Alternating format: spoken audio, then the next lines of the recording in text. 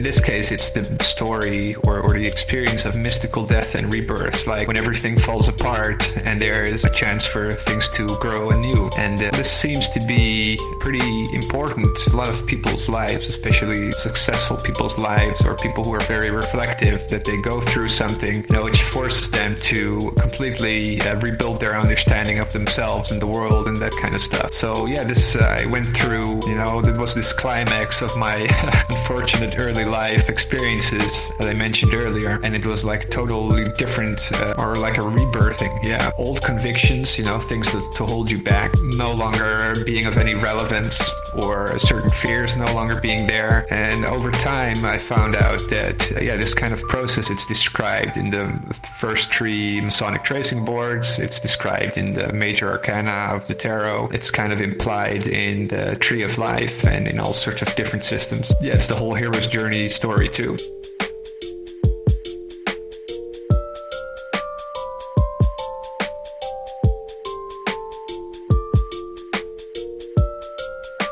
Welcome to the One-on-One Podcast with your host, Juan Ayala.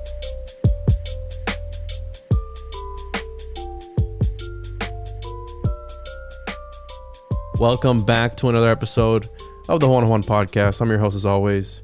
Today we're doing something a little bit different. As you can see in the video, I am Morpheous and we are in VR chat, and I have a special guest with us today. I have a frog with us today, but he's not just any ordinary frog.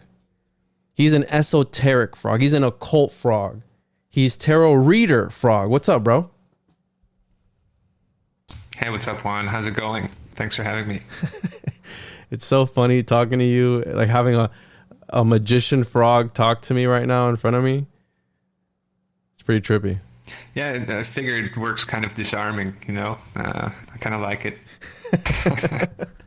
So, Tarot, can you share with the listeners what you do, who you are, a little bit about yourself, and then obviously I came across your awesome project. I am a patron, so check that out. Can you plug whatever social media, YouTube channel, whatever it is that you want, so people can find you and find the VR Mystery School?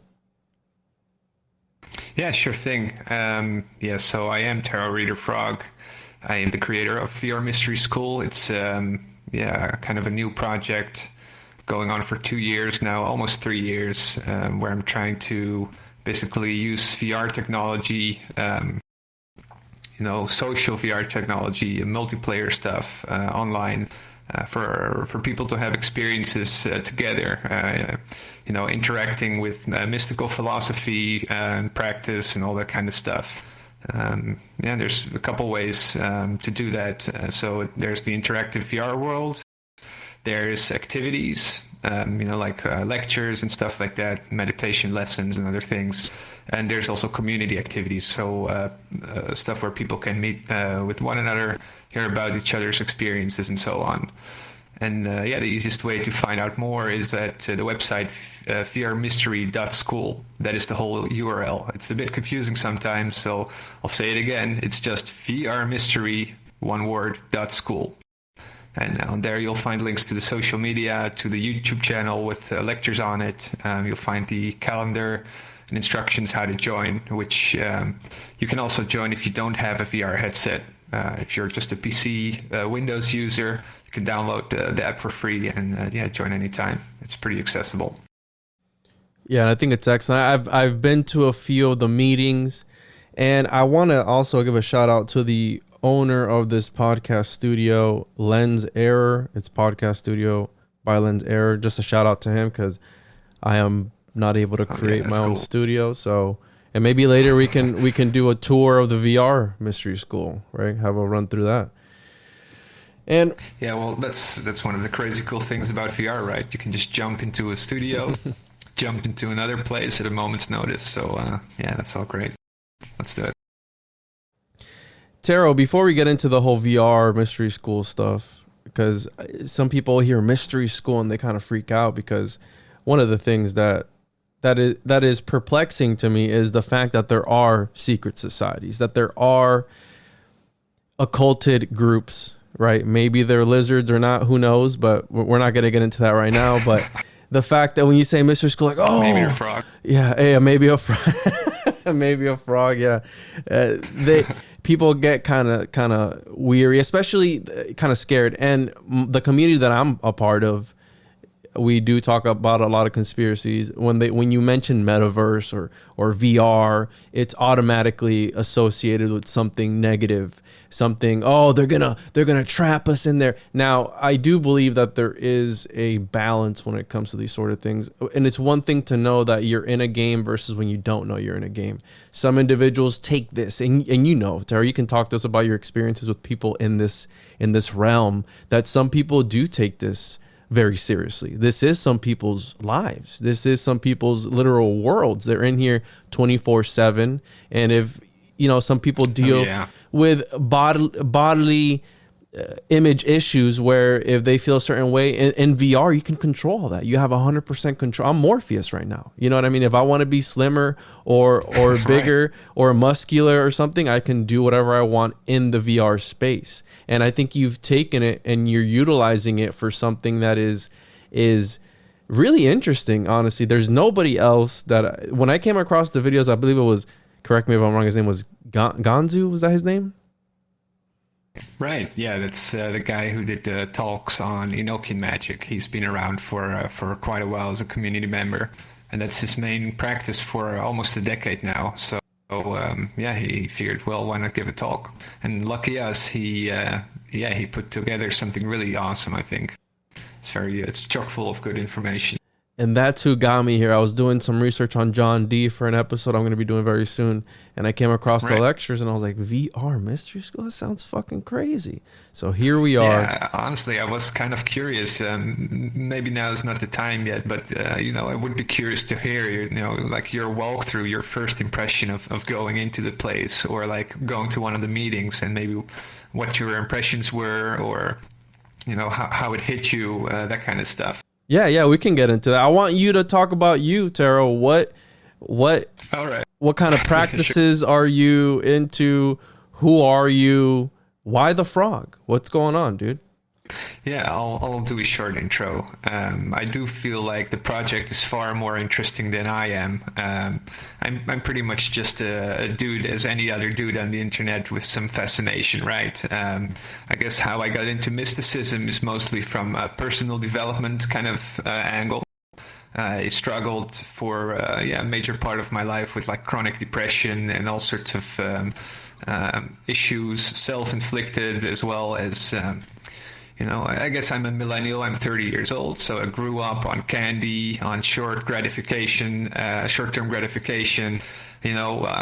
strong impulses everywhere, cartoons, games, basically, all these factors that are, if they're balanced, they're fine. But, things weren't in balance for me. So, at some point, I guess that came all to a climax where I hit kind of a low point and, something popped or whatever it was. And at that point, I just had a different perspective all of a sudden. I was sick of the suffering and of the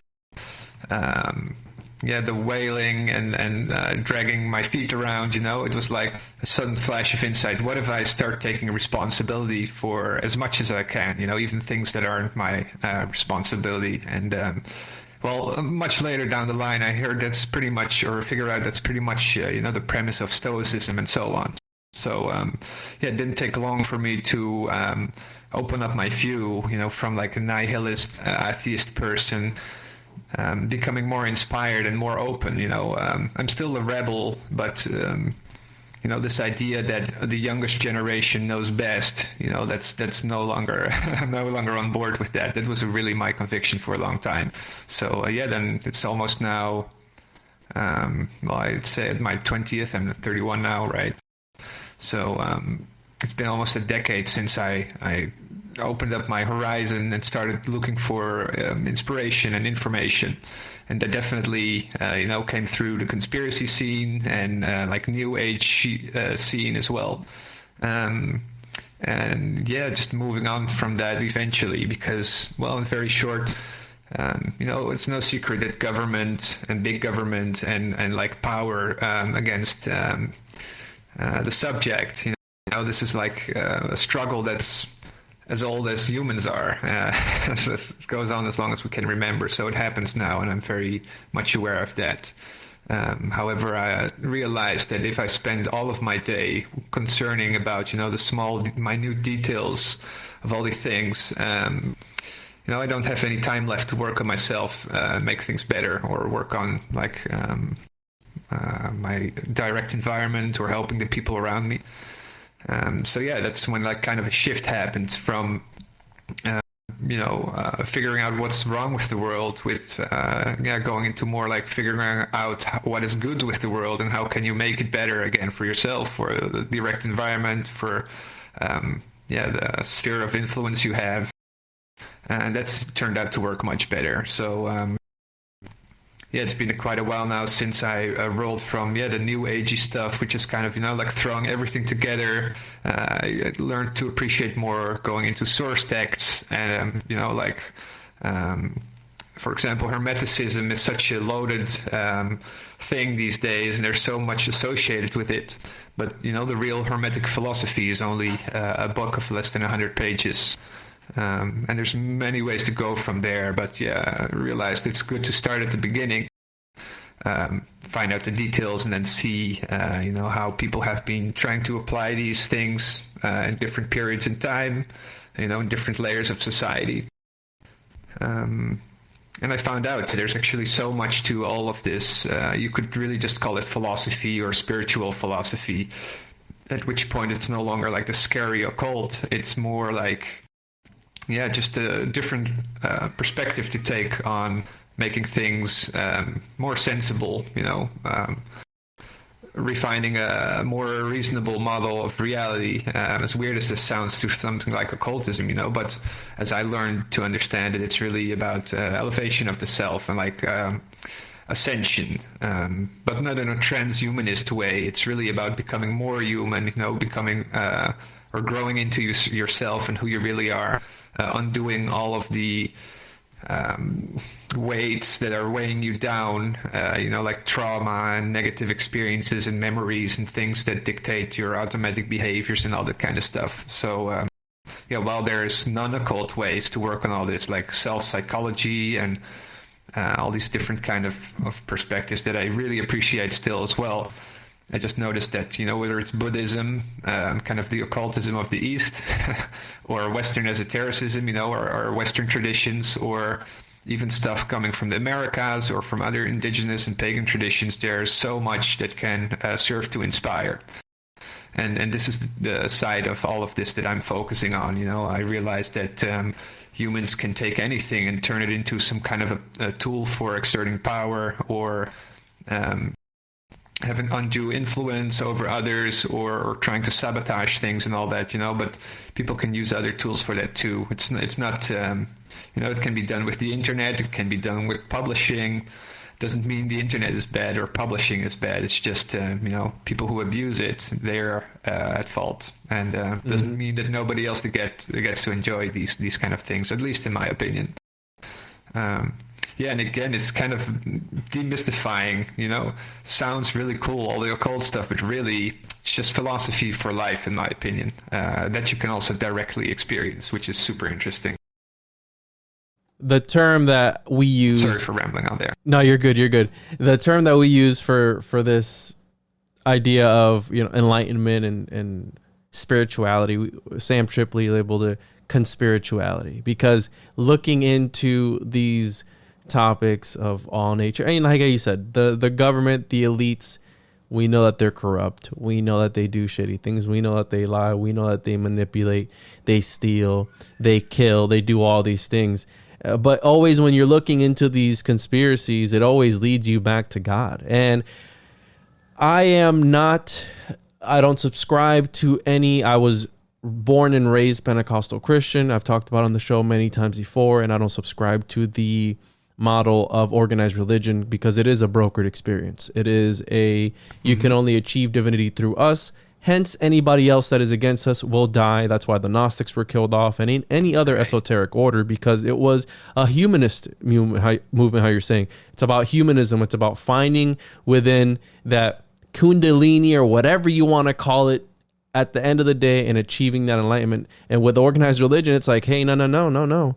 We got to make money off of you. And if you're good enough, Tarot, if you're a good enough frog, we're going to save you a seat in frog heaven, but you got to be good. And you got to give your tithings every single week, and you got to be a good little frog, or else you're never going to make it into heaven, right? So they dictate what you can and can't do, and it shouldn't be like that. It should be through your own gnosis, whatever that gnosis is to you. It's that your sacred knowledge, you're able to ascend through the eons and do whatever you need to be doing. So conspirituality is the word that we use. And yes, the government being shady, but the fact that the government uses the occult or the esoteric to manipulate the masses, that's what I find interesting. Tarot, that's what I like talking about, because we know that they use magic to influence people. And I haven't finished The Tree of Life, A Study in Magic by Israel Regardie, the book that you recommended to me. I am only 6% in according to my Kindle here. And I started reading it.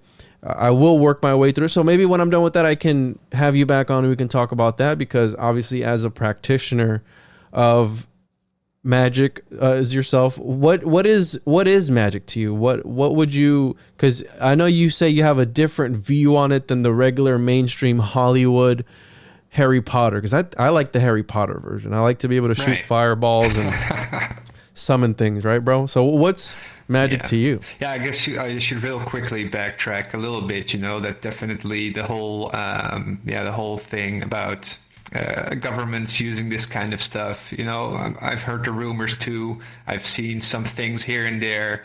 I know that, the knowledge of cognitive psychology alone can be like a form of black magic. I've also been to design college, where they go into certain aspects of, how can you design an application so it becomes addicting, and not necessarily that they were endorsing it. We actually had to write essays on the ethics of this. But yeah, it's like there's so much going on. I don't even think if they're using magic, it's the most important thing, But at least for me, certainly at this point, it's not. I guess I've just hit a point in my life where I'm just mostly trying to figure out, what is helping the day-to-day life to improve, and things like personal development. And, what can be done to achieve this. And also the whole project is about just passing on trivia and useful sources and information so people can do this themselves. Sorry, what was your question before that? Like, what am I practicing myself? Or, sorry, what does magic mean to me, right? Yeah, what is magic? Yeah, I think there's two terms that are worth defining, and it's a little bit hard too, because both of them have different definitions through the ages and depending on who you ask and so on. But they're mysticism and magic, right? And I guess mysticism is more, to me at least, something of a kind of a flavor of philosophy or a kind of experience you can have. That intimates something, like the gnosis you were speaking of, some kind of epiphany, whether it is about yourself or about the outside world. It's an experience of something that is hard to put to words, but once you get back from it, the world has become a little more sensible, or you know a little more, maybe again about the world or yourself. And magic. And mysticism, it's more of a thing that you undergo, I would say. Magic is like, again, many definitions. I think the most popular one these days is like to create effect in accordance with will. And again, this implies that you can change things about out there reality. But to me as well, most importantly, is that with a C or a K, affecting change within myself. Doesn't really matter in my opinion. The K was put there by Crowley because he kind of wanted to make it stand out, but over the years it's become not super relevant, I would say. Yeah, I just ask because a lot of people are real sticklers with that. Like, no, it's with a K, bro. It's all right, sorry, dude. Yeah, I mean, it helps maybe to distinguish, but I think there's a lot of people who will understand when you're having this kind of conversation what is implied anyway, even when the K is missing. But yeah, so to create change in accordance with will, right? I think one of the things you can do with magic is, again, a fast track personal development, invite all sorts of radical experiences into your life that will force you to evolve and grow positively. And of course, this isn't always risk-free, but it works. That's why a lot of people are into it. Yeah, absolutely. So you were saying you were battling internal things. I think we all go through bouts of depression, and you were trying to find yourself. So what sort of practice are you into? I know you've talked a lot about is it the Golden Dawn system that you use? Yeah, it was like a kind of a meandering. Actually, I wrote down in my notes kind of a chronology. Just one second.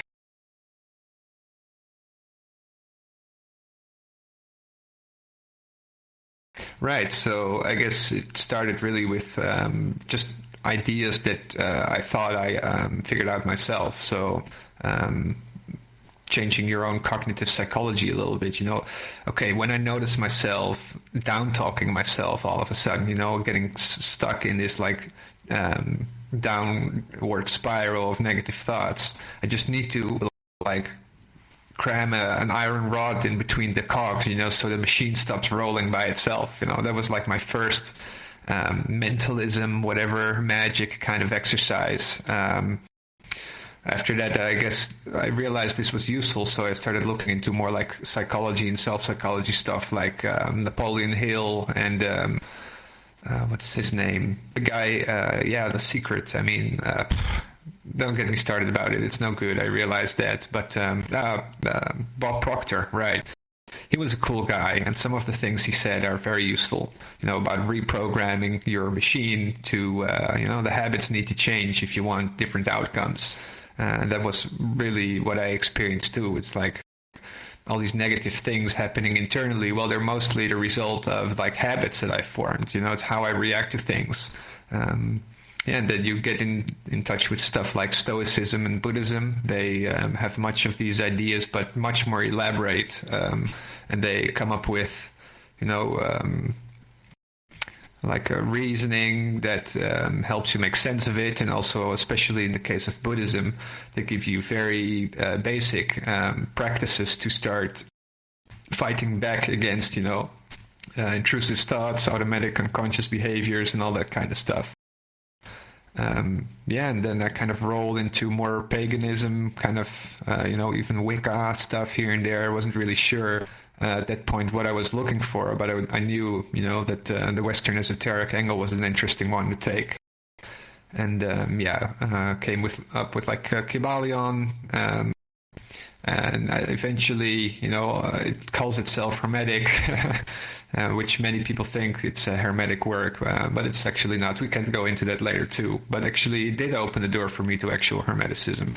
So, and then from that on, it's just one step away from the rediscovery of Hermetic philosophy in the Renaissance in Europe, and that's where like the big magical boom happened based on this stuff and based on Kabbalah. Jewish Kabbalah and mystical Christianity and all that stuff mixing together.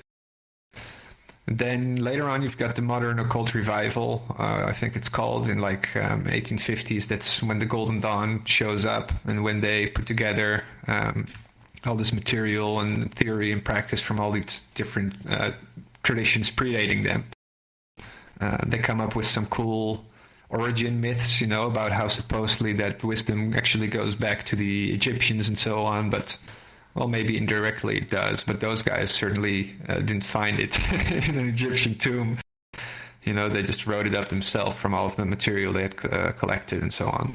But yeah, that's, even though it's man-made and it's heavily criticized since its inception, I still feel like it's a good system, if only because it kind of navigates you through most of the philosophies and practices that are relevant to Western esotericism and magic.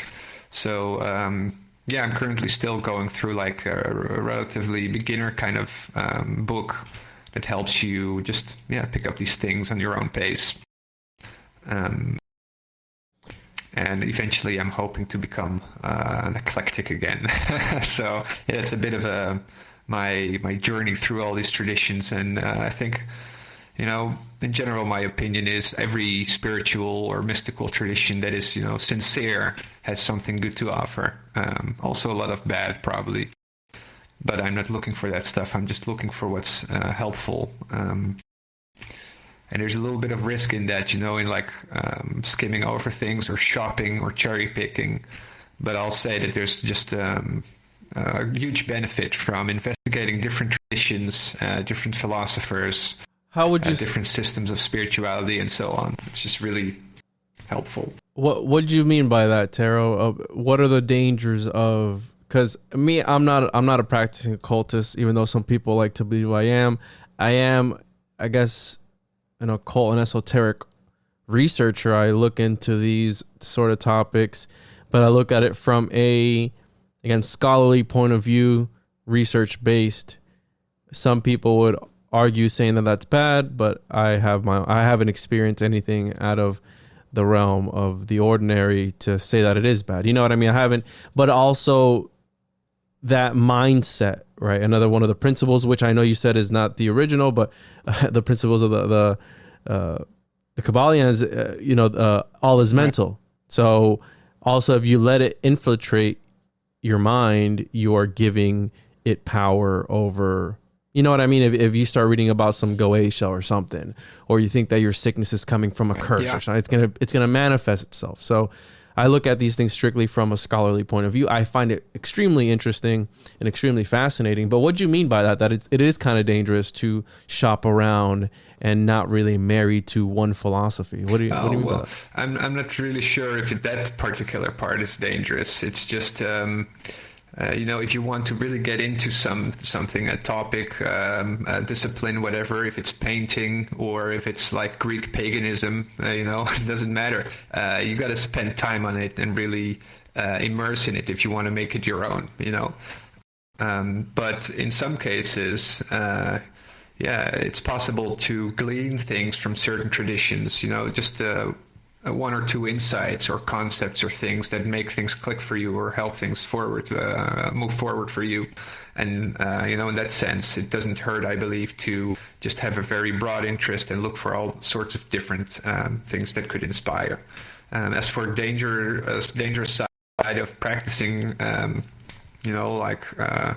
even spirituality or occult stuff in general, there's like the danger of cults, right? Which is like, it's completely the opposite of actually having an open mind and wanting to explore reality and, refine your understanding. What characterizes a cult, at least according to Bubelov at VR Mystery School, who I thought, he put this very nicely. There is a central authority, there is a central body of teachings, and anybody that questions either of those is, evil or needs punishment. And this is right around the corner from spirituality for some reason. You even see that there's like all sorts of weird, smaller and larger cults that they just go crazy with, we have this part from this tradition, that part from that tradition, and they come up with this concoction that is just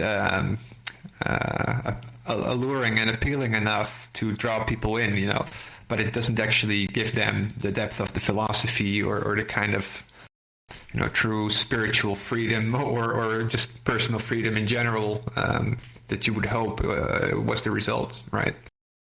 Another thing is just for some reason the people tend to focus on the mind-blowing part of these experiences, and not so much on coming back from them. Or another thing you mentioned, if you focus too much on certain information, symbols, deities, demons, whatever, spend all your time on that. It's just gonna be at the forefront of your mind somehow, or color your experience. Yeah, you have to have some mental fortitude. Yeah, if you're always worried about curses, yeah, exactly. You need to be in balance with yourself and all these kind of things. One of the things that is really the problem here, I suppose, is that we don't really have the teacher and student thing going on anymore in the West. There might be some places, but also, that has a tendency to corrupt as well in many ways. Usually, in a traditional sense, the teacher would be the one to smack the student over the head and be like, "Are you crazy? That's not what that means," or you're driving yourself nuts, or you're doing things right now that are unhealthy or whatever, and they would be able to steer them on the right path. But when you're in the internet, like self-initiating, talking to people, looking up resources, and then practicing on your own, you don't really have the luxury of somebody looking out for you like that. So I can only show you the door, Taro. People, it's your choice to walk through it. Okay, so that's one of the things too, right? What was your, so you're going through these changes, you're trying to find yourself, really. I think we all are trying to find ourselves in one way, shape, or form, and that's why, again, yeah, for sure. I bash on religion because I grew up in it and I saw the ins and outs. I played guitar, I was part of the musical group and all this stuff, and I went around the worship group and I saw the corruption. But I do feel that this is all about having a system, whether it's a magical system for you or for whoever listening, whether it's religion, it's a system that people can adhere to. So it's very important to have a sort of system, to have some structure. And again, to build that mental fortitude against whatever it may be, any obstacle in life. If you want to believe in some old man in the sky sitting on a throne watching you, make sure that you don't masturbate, and that helps you sleep at night. That's okay for you, because hey, who am I to bash on you for that? So what was your first, you labeled it here, apocalyptic experience? Can we talk about that? Yeah, that was kind of what I already mentioned just earlier. I think what's really cool about occultism, though, there are a couple things about reality which are just really cool, to put it lightly. In this case, it's the story or the experience of mystical death and rebirth. It's like when everything falls apart and there is a chance for things to grow anew. And well, this seems to be pretty important in a lot of people's lives, especially successful people's lives, or people who are very reflective, that they go through something, which forces them to completely rebuild their understanding of themselves and the world and that kind of stuff. So yeah, this I went through, that was this climax of my unfortunate early life experiences that I mentioned earlier. And it was like total, after that, it was like a totally different, or like a rebirthing, yeah. So old convictions, things to hold you back, no longer being of any relevance, or certain fears no longer being there. And over time, I found out that, this kind of process, it's described in the first 3 Masonic tracing boards. It's described in the major arcana of the tarot. It's kind of implied in the Tree of Life and in all sorts of different systems. Mm-hmm. Yeah, it's the whole hero's journey story, too. Mm-hmm. So, you go out of the comfortable zone, you go into the scary world, something crazy happens, and here's the moment where you could either become depressed and, shake your fist at God, or here's the moment where you could look for, the lessons, of which there are always plenty, and, let this experience give you wings. And that's a template that just happens automatically if you're in the right mindset. And that's very, very cool, that many traditions are actually focusing on communicating that this can happen. All you got to do is pretty much like empty your cup and take care of some other circumstances, and it will be refilled automatically with better stuff. That's a very interesting thing. Yeah, that's the apocalyptic experience. I had my ego death from the use of psychedelics. I took mushrooms for the first time, and I had my sort of, how you're mentioning this, breakdown of your own reality, this realization that, hey, at least everyone's experience is different. At least to me, it was, if you're on a path of self-destruction, you need to change it up. Because I do believe when you ingest these substances, they do take you to another dimension. I do 100% feel that. Some people say that the mushrooms are aliens, that we are a failed plant experiment. The spores of mushrooms can exist in the vacuum of space. So again, that's a conspiracy I've heard before, where we are a failed plant experiment, because all the plants are breathing around us. And as of recently, you know, I go fishing as much as I can, and I went out fishing the other day, and I was listening to a friend of mine talk on a podcast, and he talked about how nature is psychedelic. How I've had a theologian tell me before that these things that we use for divination or for again, psychedelic drugs, that these are crutches, that we're actually able to do that on our own. And well, this is listening to my friend on a podcast, and he said that nature is psychedelic. And when I went fishing the other day, I turned everything off. Instead of listening to music or something while I'm fishing, I turned everything off, and I just looked out into nature, dude. I just looked out at this. It was silent. Obviously, there's nobody out there. But I just took in the nature. I appreciated it.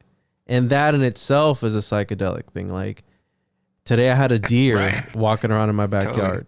You know, looking at that deer, I was like, wow, that's nature. You know what I mean? But it's kind of sad because the deer's in my backyard because of the overdevelopment in the area. But, you know, like seeing the animal in its natural habitat sort of is psychedelic in a way. You know what I mean?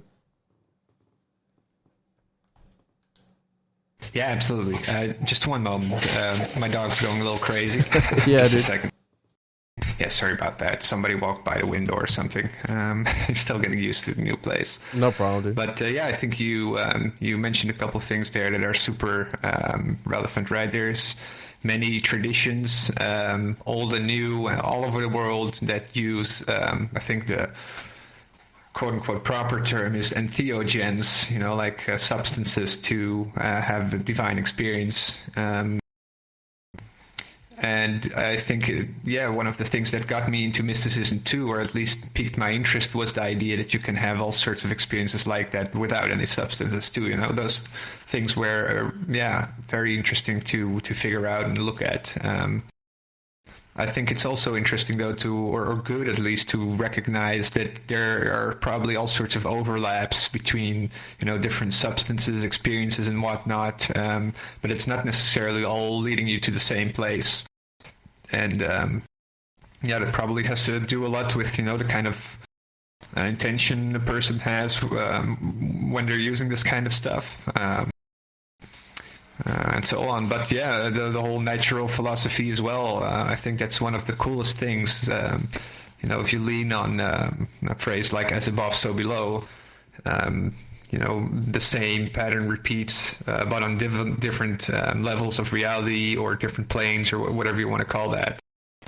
You know, then looking at nature can be more than just a relaxation exercise or, you know, the epiphany of connecting to the greater whole and those kind of things. You can actually see what animals are doing or look at natural phenomena and try to figure out, you know, the fact that they exist here and there and repeat themselves.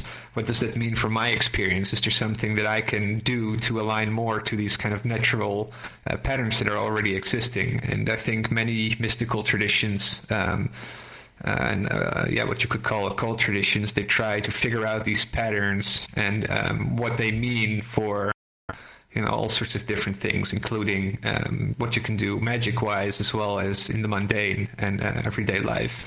You know, so I think it makes a lot of sense to focus on nature, and it makes a lot of sense why in so many traditions it's to be respected. You know, it's considered divine, and it's considered to be therefore, you know, virtuous in certain ways as well.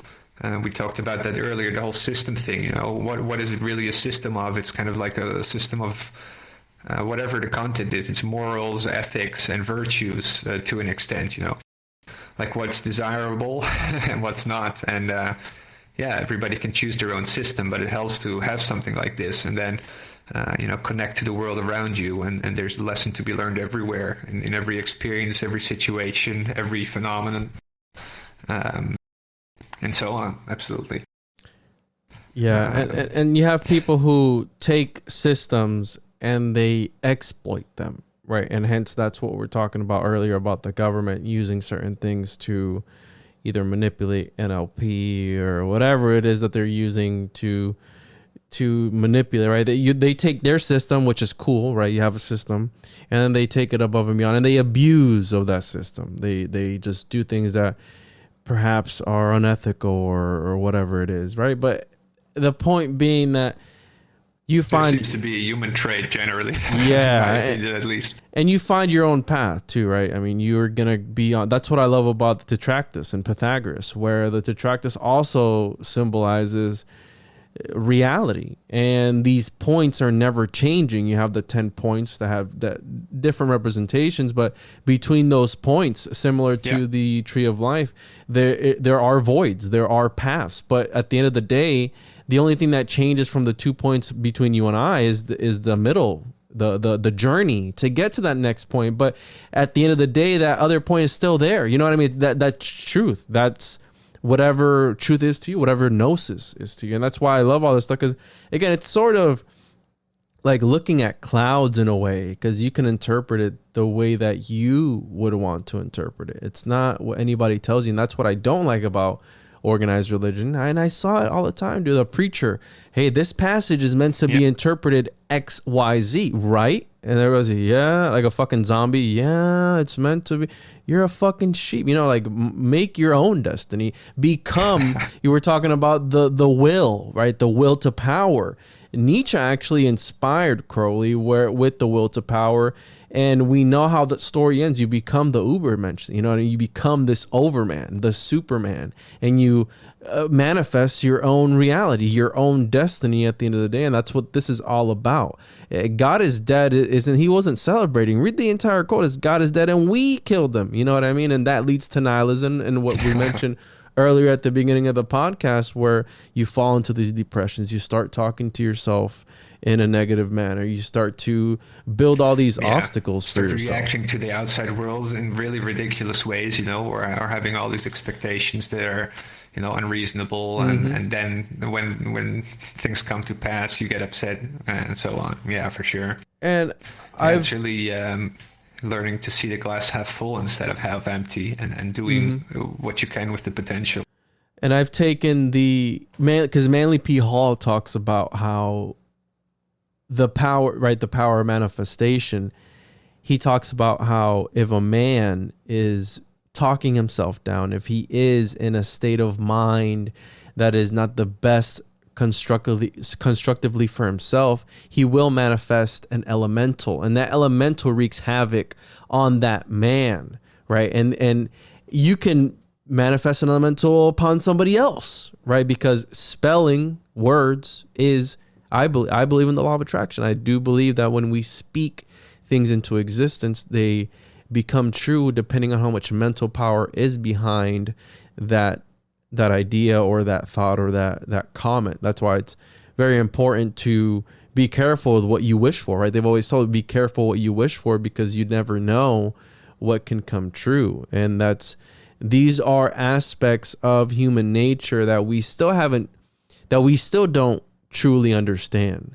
And I think this is the realm of quantum mechanics, where things are, the truth is stranger than fiction. It's like, wait, this can react the same way as something across the universe? What are you talking about, bro? You mean there's other parallel realities? And then we get this whole as above, so below. Well, what does that mean? Well, here's a fancy way of saying quantum entanglement, or here's the observer effect. Oh, what do you mean by that? Well, you directly observing something changes the outcome. Holy shit. How is that possible? Well, we don't know. And you get a Nobel Peace Prize if you figure that out. So there are aspects of reality that we don't comprehend, that we don't know anything about. And that's why it's important, again, to have a health. The magic that I practice, that I tell people, is a healthy mindset. Trying to maintain a healthy mindset is my biggest struggle. And obviously running a business, you are the captain of your own ship, right? You are the manifester of your own destiny. And when things don't go right for you, it's nobody else's fault but your own. You know, you're at the helm of that ship. If you're not steering it correctly, you can't turn around and blame somebody else. No, you have to take responsibility. And that's why sometimes I fall into bouts of depression here and there because of my work, because of my job, you know, because of the nature of the business that I'm in, and trying to maintain a healthy mindset through shout out to Anderson Silver, close friend of the show, where he talks about stoicism for a better life, where he talks about, I love that stoic mindset because the logos, right? Don't try to grab the logos by the horns, if you will, right? Let it do its thing. It is going to be a wild animal, and you just accept it for what it is and what it's going to do at the end of the day, because you have zero control over it. And that, I think it's the art of not giving a fuck, pretty much, right? Being able to take things for what they are and how they're coming towards you, and being able to accept. And again, not saying don't do anything and just let things happen. Obviously, have some sort of control, because in order for you to achieve something, you do need to align yourself, right? Manifestation requires work. Yeah, there's like definitely kind of a pretext to that stuff, but I would say, you know, cutting things short, you know, at the end or at the bottom of the barrel of most of these traditions, this is kind of, you know, the last thing to attain to. But again, to get to that state, you know, the average human being is going to have to do a whole bunch of unloading of all sorts of stuff, you know, before they can really live in this mode of, you know, for example, Taoists call it effortless living, I think. But yeah, just the idea that you're living in the moment and basically everything is one big synchronicity. You always know how to react, how to respond, some kind of an equanimous mindset and so on. Yeah, it's definitely the ultimate goal.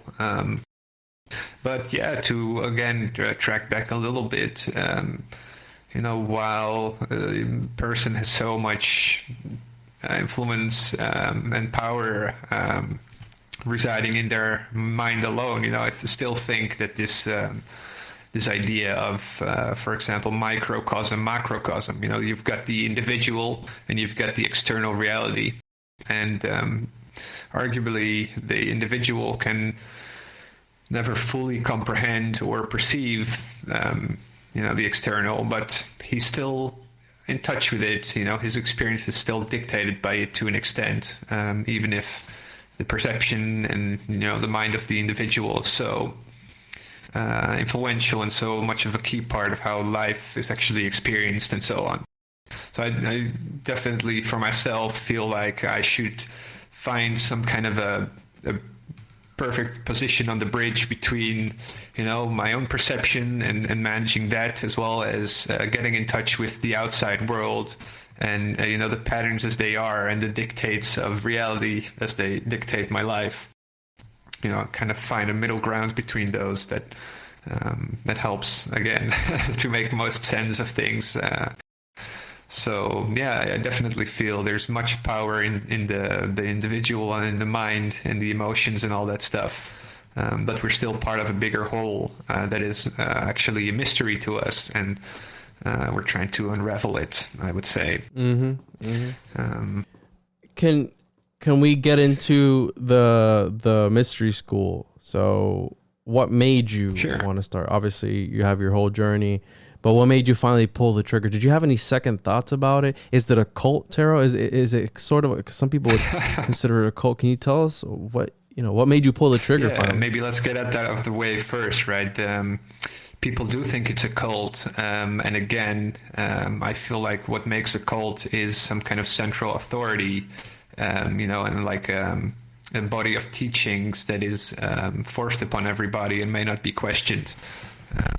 You know, that's not the intention of your mystery school at all. And also, personally, I don't feel like I'm much of a teacher, or I don't want to be at all, you know, some kind of a guru, of which there's plenty online these days, or I present myself as some kind of a super achieved magician, whatever. I'm just really using, skills that I happen to have in terms of like technological stuff, game, web development, and all these kind of other things to, make a place where all these the benevolent side of all of this, is more accessible to people.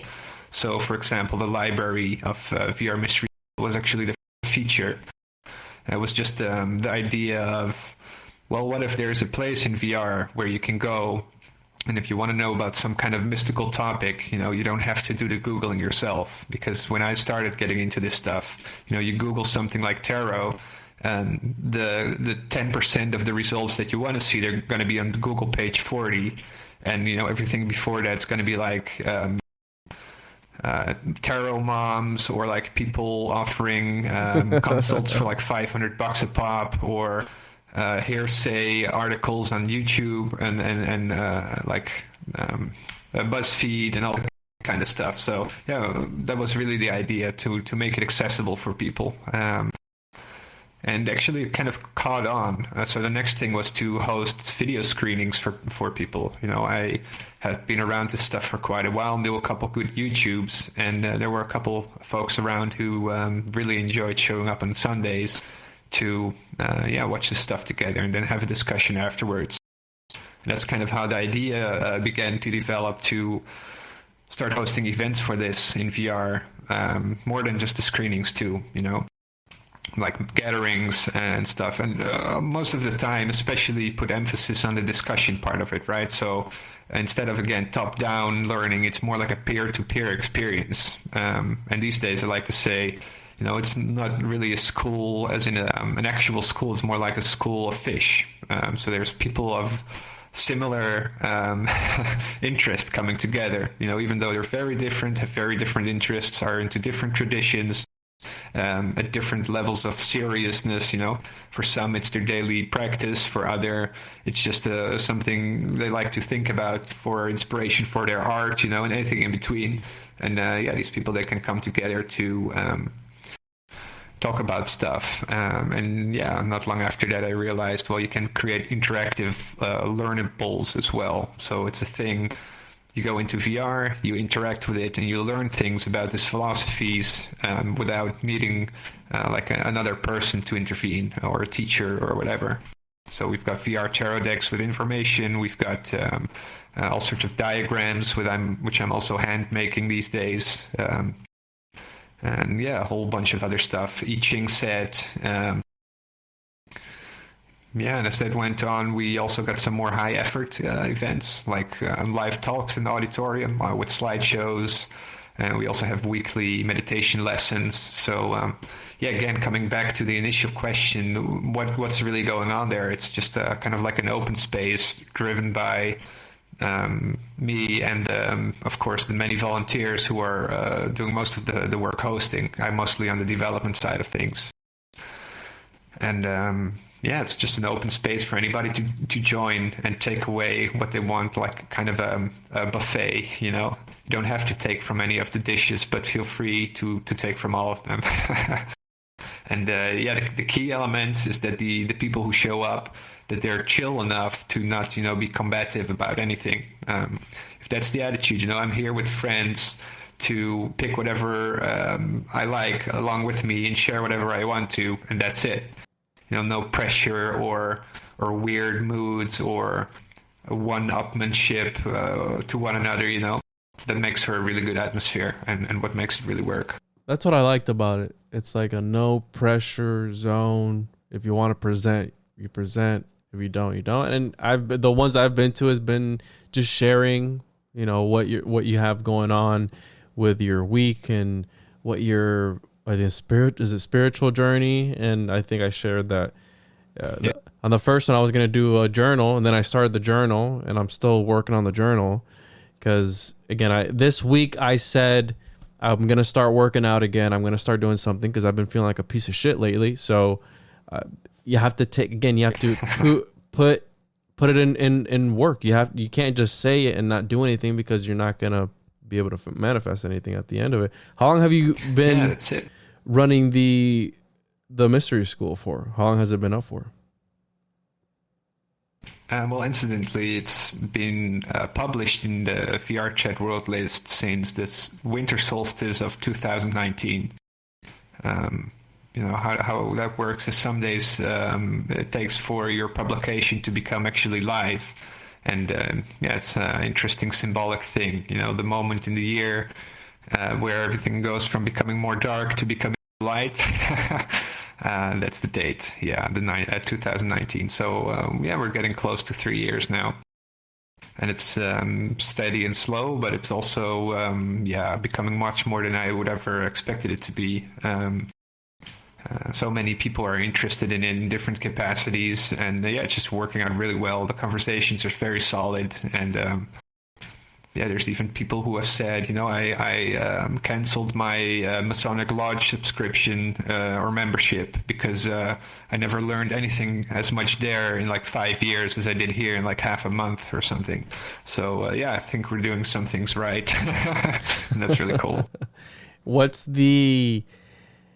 Because VR space can be a little toxic, right? We know this. One of my favorite activities is just getting super high and going into these chat rooms and just listening to people, because there's a lot of interesting individuals. Right. What's the more? Do you have any experiences weird, or I don't know, the more notable experiences? Yeah, I've seen the absolute the darkest dark sides of VR chat. The deepest pits of hell. But likewise, there's also some very positive, cool things that really jump out. I mean, it's a great medium for art. But it's also just another way to experience the internet, right? So all of the filth that goes on the internet in general also goes in VR chat. And then there's also the thing that early adopters of this technology and this application, basically the huge mass, I'd say 95%, they are, very young, and they love chaos. And I mean, blame them for it. I know how I was when I was that age. If you would have offered this to me back then, I would have gone crazy with it. But that really only goes for like the public lobbies and all that stuff. There's so many great projects that are being made that are offer a very different experience, and that goes from VR sign language school, where people learn all sorts of different sign languages to communicate with each other. Deaf people, hard of hearing people. Again, there's so much art. There's conventions with about music. Other thing, and then there's the VR church. There's stuff like VR mystery school. There's also a friend of mine, Krieg, who hosts a Buddhist school where he teaches meditation and Buddhist philosophy and ethics. So it's really what are people doing with it that makes it or breaks it, I would say. But again, I feel like the capacity to do evil is a human trait. So likewise, they do it with VR, as is the capacity to do great and good. That's also an inherent human trait. And you see both on this platform, that's for sure. When you left the other day, I forgot what day it was, there was, I guess, a kid who came in, and he was asking, I forgot who he was asking, one of the regulars. He's like, hey, I'm 17, but it says I have to be 18 to join the Discord. Can I still join?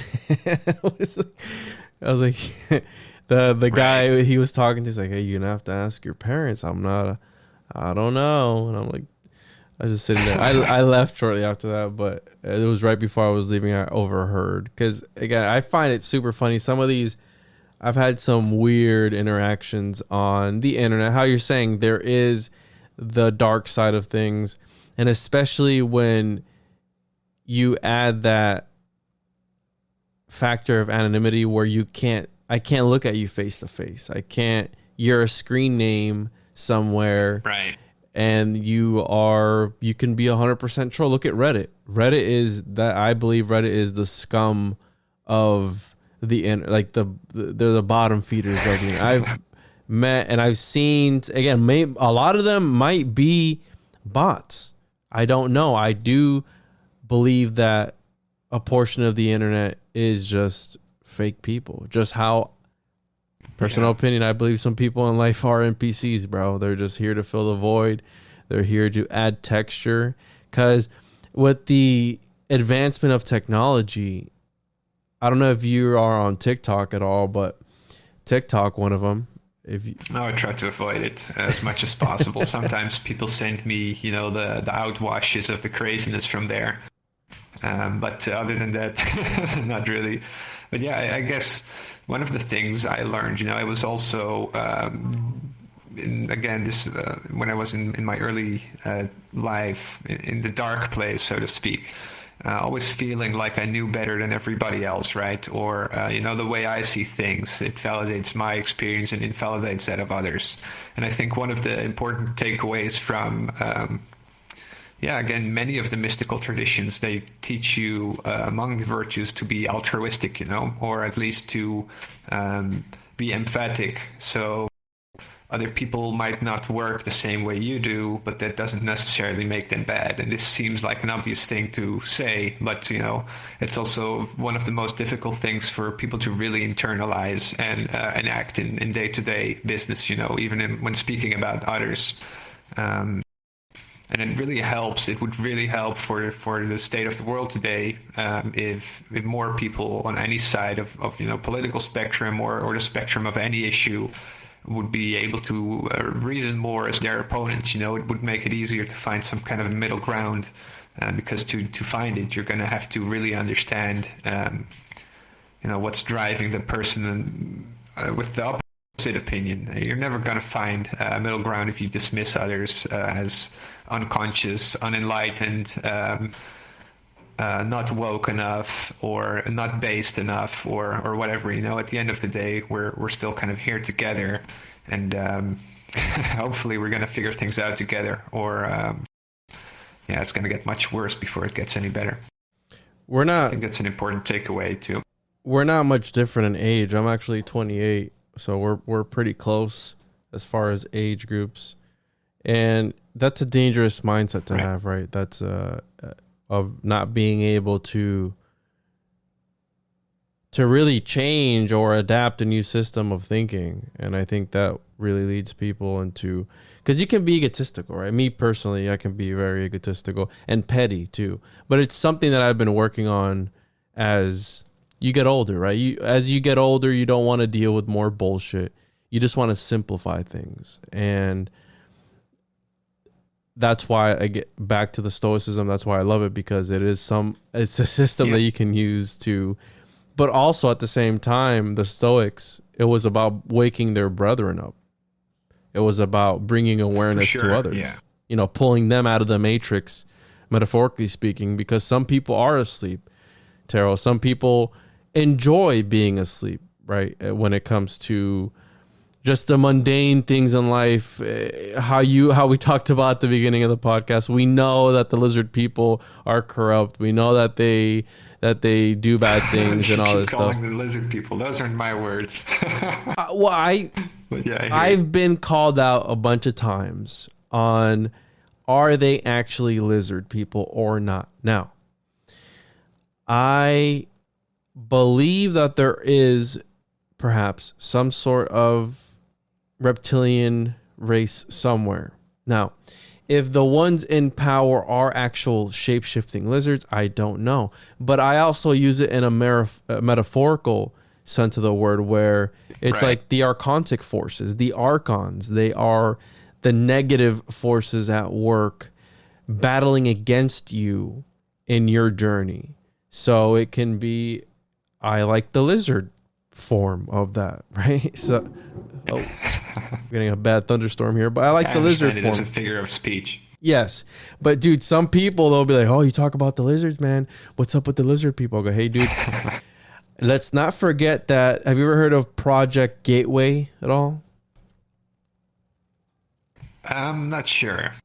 So Project Gateway was It's been a while since I've been shopping around the projects and the operations and the declassified documents and those kind of things. So the Gateway experience was a program ran by the CIA, and Robert Monroe was the head of that, and it's about hemispheric synchronization, about syncing, like using binaural beats and syncing both sides of the brain up. Now, they were doing these experiments, and they were astral projecting these people, I guess, these test subjects. And these people, when they would go into this astral realm, they were coming in contact with reptilian-like beings that were harvesting the energy of people. So this is ran by the CIA, okay? These are the lizard people, right? These are the people behind in the shadows.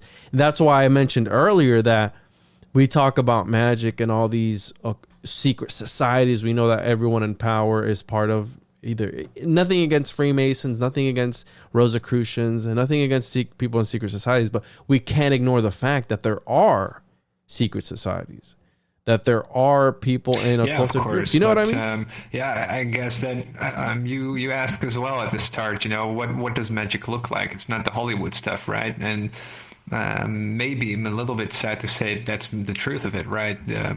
I've never in the past decade followed a trail of, a report of these kind of things and found out at the end of the trail that there was much substance to it. Many cases there is, for example, mystical text being reinterpreted or being cherry-picked or taken literally, just like happened with the Bible, and look at where that brought us over the course of history and so on.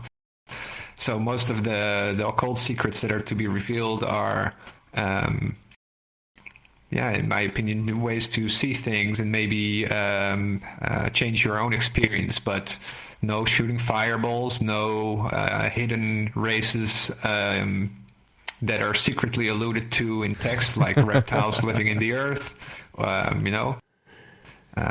all these kind of things, no secret proofs for flat earth or whatever, or early visiting aliens, all these things, they get kind of convoluted. That's why just the other day I recommended to somebody, if you want to really study a subject like this, just pick the subject first of all, look up the source text, look up media that explains the source text, then read the source text, then try to find practitioners or other people who have opinions about it.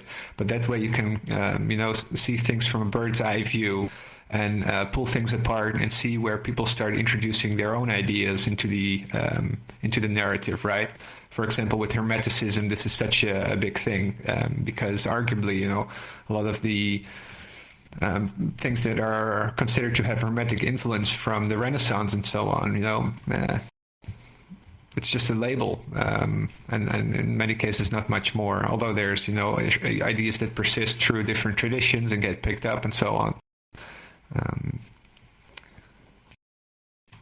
I'm more into the intangible mysteries, and they become very tangible in the sense that, it's something you can, again, get passed down to you by word of mouth or from sources, or you can experience it yourself because it's just a part of life. And, those will bring about changes, even changes in the external world, but, not so much always poltergeist phenomenon or, electronics burning through or, most of mystical experience too is like flashes of the mind or ecstatic experiences that are accompanied by thoughts that seem to come from another place that have revelational or revelatory quality. Again, the gnosis kind of insights, or even if you commune with an entity, whether it's an angel or an aspect of God or an elemental force or maybe even something demonic, these are also mostly almost always non-physical experiences, and what makes the experience is the practitioner and how much they're immersed in it. This is how I've come to understand the most valuable parts of mysticism and occultism and all that stuff. And yeah, even when it comes to like folk stories about mythical creatures, mermaids, gnomes, fays, and so these can all also be understood in non-physical or spiritual understanding, or maybe even, if you dare, make the equations psychological, right? It's up to who you ask, I suppose. What's your take on Crowley talking about how the Goetia is an aspect of people's minds? That is something that because you're talking about talking to otherworldly entities, and it just brings me back again to John Dee and Edward Kelly, where they were talking to angels, right? That's the whole thing. But were they really, or was it? So much of mysticism is divining with entities. They do this in the Eastern traditions, or communing with the gods or the angels or the spirits, ascended masters, or giving them offerings. Yes, ascended masters. That's more like a theosophy thing. And that can also get kind of a little weird, because most traditions, they have like balance and checks and ways to supposedly verify the quality of your experience, the protections to make sure you're not getting something pretending to be, an angel, but that you get the actual angel, for example. But yeah, who's to say that this isn't psychological? Well, I have my own opinion, which I'm not sure is super interesting, but what is interesting is that there are animistic views on this. The fact that there are in fact spirits in everything, like intelligences, maybe it's better to call them, that can be communed with, but other people interpret this in a more psychological way, that they are maybe locked away aspects of the self or the psyche, or maybe other people, they consider them to be like something that is stored in the collective human consciousness, for example, like and you're reaching into that and getting a download. And there's so many different takes on it. I guess they're all different models for or different languages to explain similar experiences. And then what matters to me most is, just the experience itself. And I've learned to just stick with the system I'm with now, because it includes, a framework to make sense of these kind of things. But again, these experiences are not exclusive to that system. It's really a universal human thing, as is, scrying in reflective surfaces. That's like one of the most ancient practices, going all the way back to when we were probably running around naked or almost naked still, sitting by the waterside and looking at the starry sky reflected in the wavy pond and so on.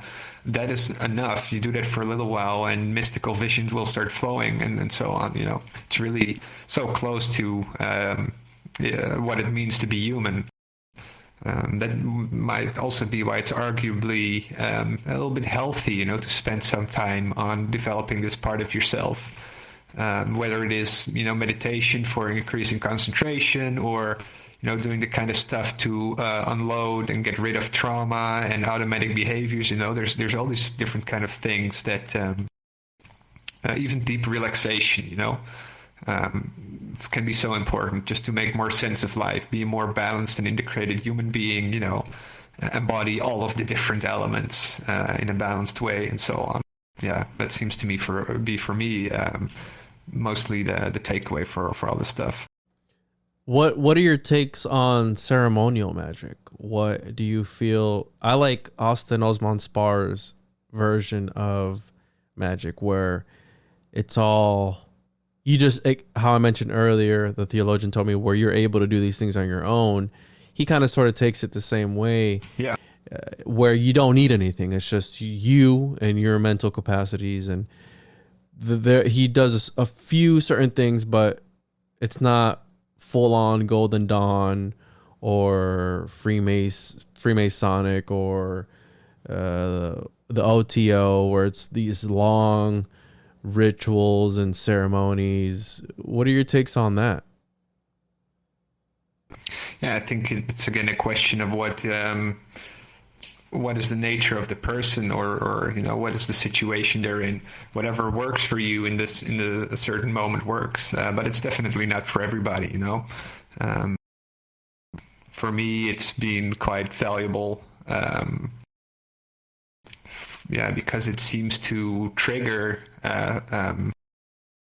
things like desire to do it. Most of all, I'm for some reason just drawn to it. But doing it also has, what seems to be like positive results.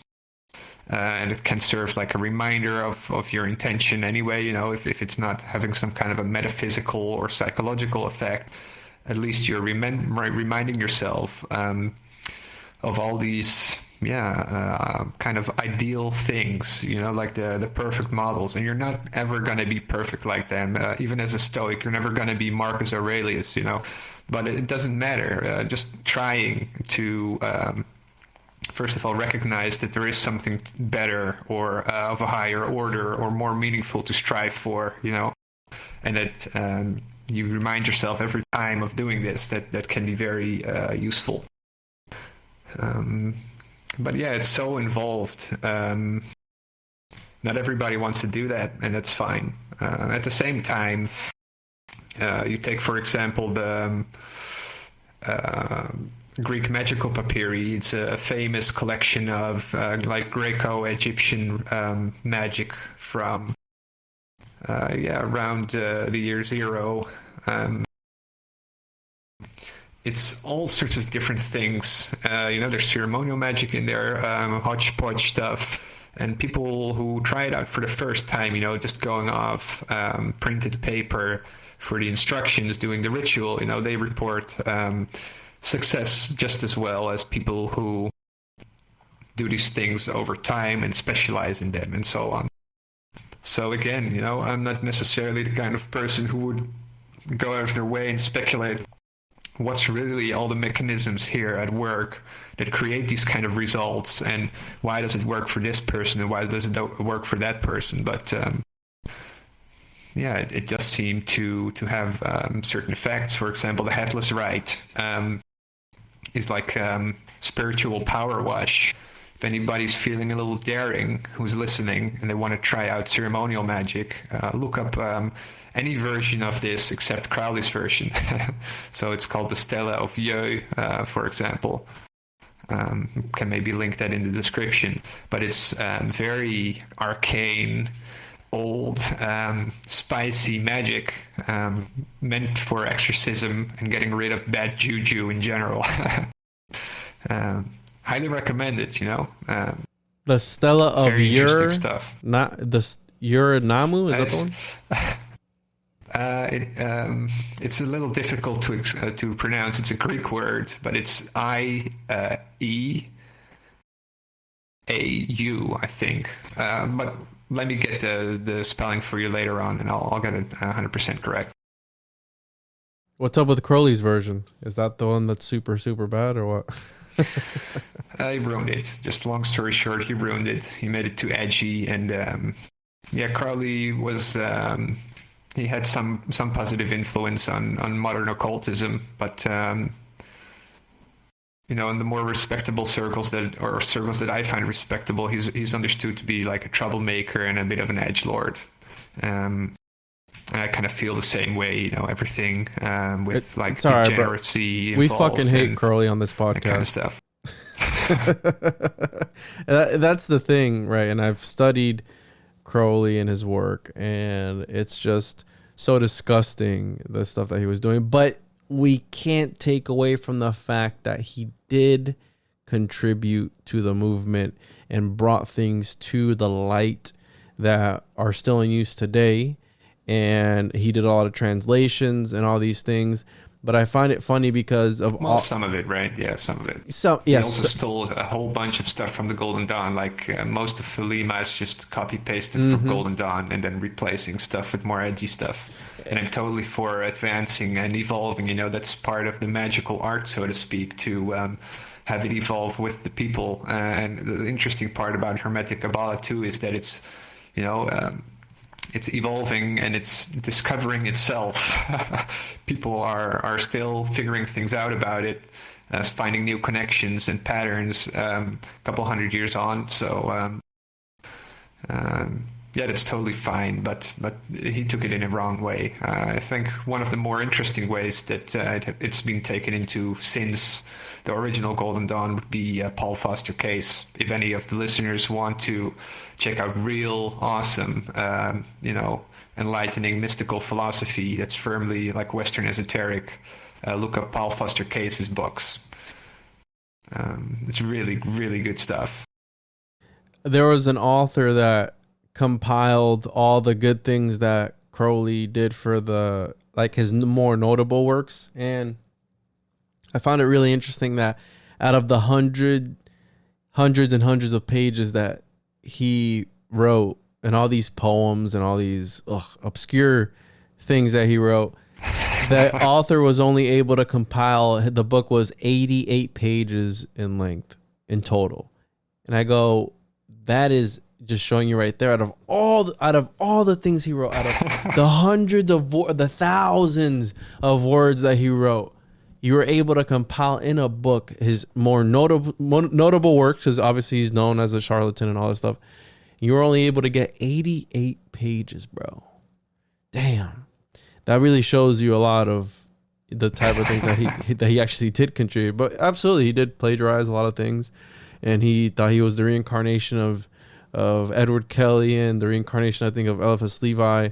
Right. All these crazy fucking things. But again, he contributed some good things and some other not good things. And every time, dude, because I told my friends before, hey, I want to get behind Crowley's work, but every time I look into him, like this is shit. And there's some people who will defend him till like the very end, like, oh, he's the great.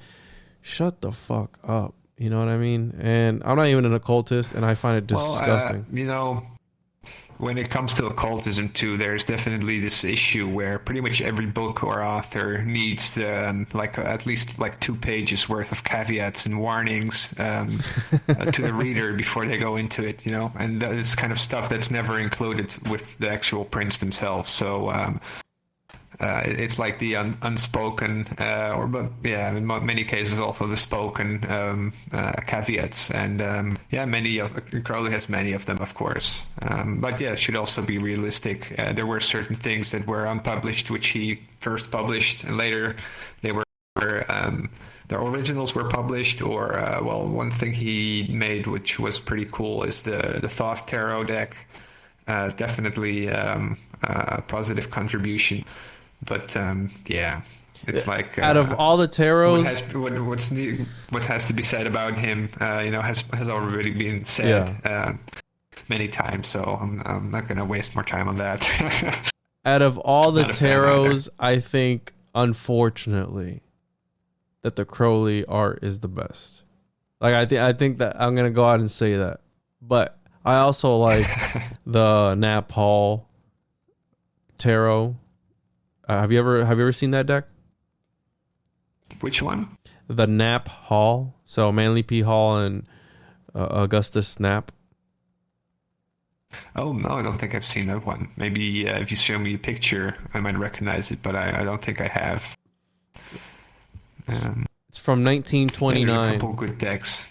And the cool thing about Crowley's deck is that it just has the definitions very sharply defined, quite the esoteric stuff too. So that's another easy way in for people into that kind of stuff. And then before long, you can ditch, anything to do with Crowley and just be on your way too. Yeah, because there as of lately, there's been a revival, right, of the magic and the esoteric. And with people being at home working remotely, I guess they had more time with the whole quarantine and all that stuff. I think that they had more time to start looking into things. And the lizards obviously don't want to do that. I'm part of the revival, or of like the new wave, or what you want to call that. Yeah, absolutely. I guess I got a little bit lucky that I wasn't like raised in the mainstream current or something, because well, things get a little complicated there. And likewise, you see, with TikTok, Twitter, and all sorts of weird stuff, it's taking all kinds of forms which are very, undesirable at best, and shocking at worst. To the point where people are policing each other, saying you're not allowed to use this thing to,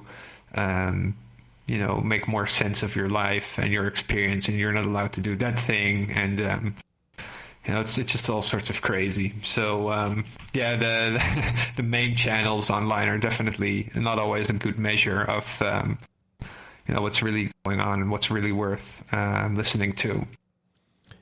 Yeah, and I've been called a pseudo intellect before on TikTok.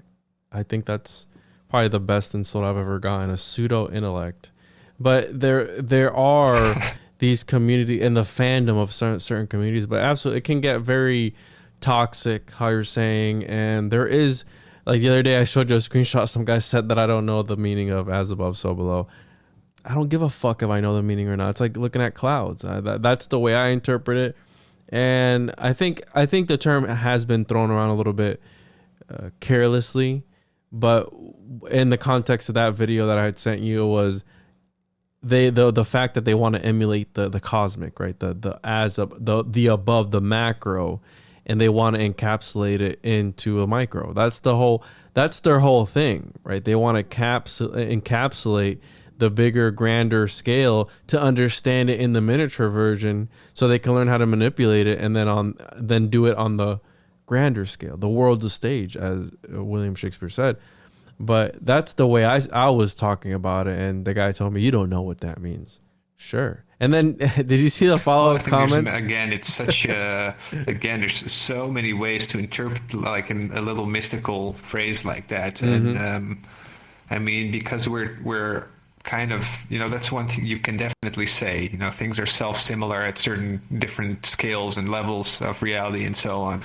So these kind of things you observe, they're also going to apply to different things, but I will say I've definitely seen many of these examples, older ones and newer ones, where for example constellations are built in temples, or like temple configurations, fallen constellations, or there are interesting things going on with the buildings. But for me, it's mostly speculation to give my opinion on that. It would not be founded on anything substantial. Whether it's a ritual kind of thing or speculation to give my opinion on that. It would, whether it's a ritual has some kind of a metaphysical, magical effect. If there is, I haven't found something to conclusively help me understand what's actually going on. But then again, I'm not some kind of a master brain on this stuff. I'm just, like I said, a dude with an experience, and I'm mostly focusing on like a pragmatic understanding of applying spirituality from different perspectives. It's super interesting, though. I've always been into Graham Hancock and his merry group of thinkers and publishers, or writers, super interesting. And there's so many huge mysteries regarding human origin, and why are these buildings buried in this place at that time, or even certain art motifs showing up in completely different places of the world. Super wondrous stuff, but I feel like this is beyond me. I'm not sure if I'll ever have time to figure out these particular mysteries, because I'm, at least for the coming while, really concerned with, if you think about the Chariot tarot card, right? You've got these horses pulling different ways, and you're trying to get them under some kind of an elegant, gentle control where the horses are taking you where you want. So that's my focus for now. But there's, it's mind-boggling. It's mind-boggling, all of the weird bits and pieces you find. And and also that some of these ancient structures are more recent, like the ones in Asia, I think Angkor Wat and so on, are more recent, relatively speaking, than, for example, things in South America or in Egypt, but they're all doing this similar thing. They're drawing down the constellations onto the planet itself. Yeah, very, very cool. Exactly, and I want your take on this because obviously you're the tarot reader frog.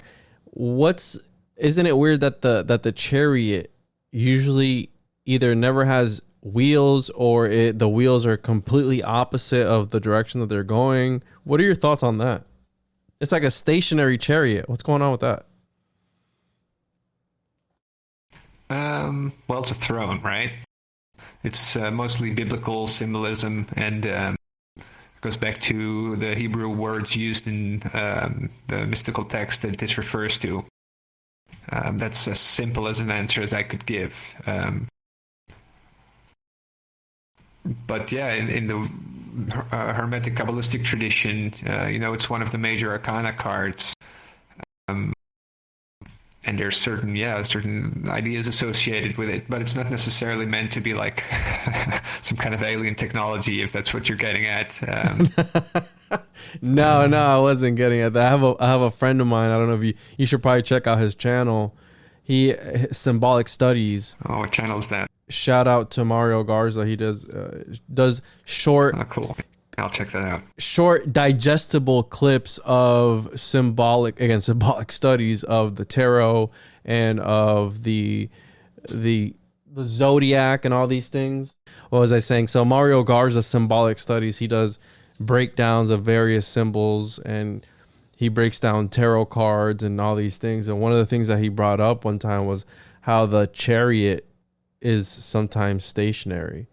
And I'm looking at my tarot deck right now, the Nap Hall one, and the chariot actually has the wheels in the correct orientation, of course, because I think Hall was more of a matter of fact kind of guy when it came to certain things. So I think he would have wanted the chariot to be mobile, right? If it is a chariot. What is your... What about tarot do you like? I mean, obviously it's a divination tool.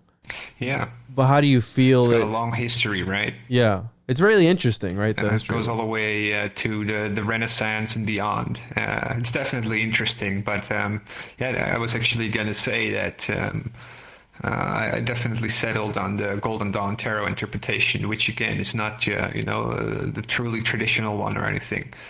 There's the Tarocchi deck and even predecessors to that, and in medieval Europe and beyond, so many different decks were made. I guess kind of like right now, right?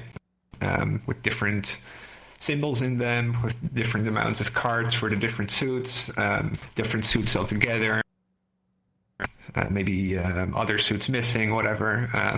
And it wasn't really until the Golden Dawn that there became some kind of a modern standardization of this system of cards and symbols with the Western esoteric philosophy at large, right? So earlier we talked about how the Golden Dawn, they looked at pretty much everything in the Western history that had any relation to mysticism, whether it was Christianity, Kabbalah, the influences of the Greeks, and the Platonists, and Egyptians, all that kind of stuff.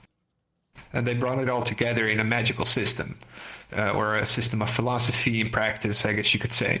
And the fact that they made this whole tarot interface, I guess you could call it an interface, it's like different little collections of symbols that imply a whole lot about certain parts of this system. So there's ways you can interpret tarot as like a metaphysical idea about creation, or that's again maybe a macrocosmic interpretation, or how they relate to the individual, or maybe one of the different layers of the individual, like psychological, emotional, physical, or spiritual. there is all these different systems in there, from number symbolism to planetary symbolism, zodiac, elements, Hebrew letters, which are also relevant to Western esotericism, and a whole bunch more, and it's all crammed in there together. So when you start learning about tarot, as it was made by the Golden Dawn and the later offshoots of that, so any deck with 78 cards, with the major arcana suit and the four suits, they all function as a way for you to start making your own this whole philosophy and all the finer details with that. And at some point, it'll be useful to look beyond just the deck and the definitions of it, but yeah, it's absolutely wonderful way to get started. It's like I said, literally an interface, a way for you to start navigating a completely insanely large body of ideas, concepts, things to do, things to know, associations, modes of existence, and all this kind of stuff. So yeah, it's pretty crazy to understand that tarot can represent all that, and even in practical workings, the images are supposed to be like astral visions of their own. So the cards were used to zone in to visionary or mystical experiences within the theme of the archetype that one of these cards represents, right? So you've got again, so many different symbols, so many possible experiences to have. It's almost like a color palette of the mundane and the divine and everything in between. Yeah, and it's the journey, right, that the soul, I guess, takes before reaching enlightenment or whatever that may mean to you. And in a way it is, right? You've got if it represents the Kabbalistic system, which it does specifically through its correspondence with the Tree of Life. Every sphere, every path on the Tree of Life corresponds to a tarot card, and then you have the idea embedded in the Tree of Life that it's the path from the unmanifest to the manifest, but it's also the way back up, from where we are, the path of ascension back into unity with the divine, and so on. So it goes both ways. So yes, totally right what you were saying. It's the journey of the soul through the challenges of life. But then again, it's like the mystical interpretation of it. The challenges aren't just things holding you back. Each of them are, if they're approached with the right mindset, they're teachers, no matter how difficult the challenge is.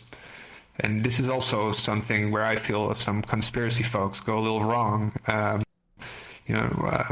The presence of stuff like the death card or the devil card or other such things, or the fact that there's learning from suffering at all. This is taken to be something evil or negative. And there's definitely groups and individuals who have very radical interpretations of this kind of idea.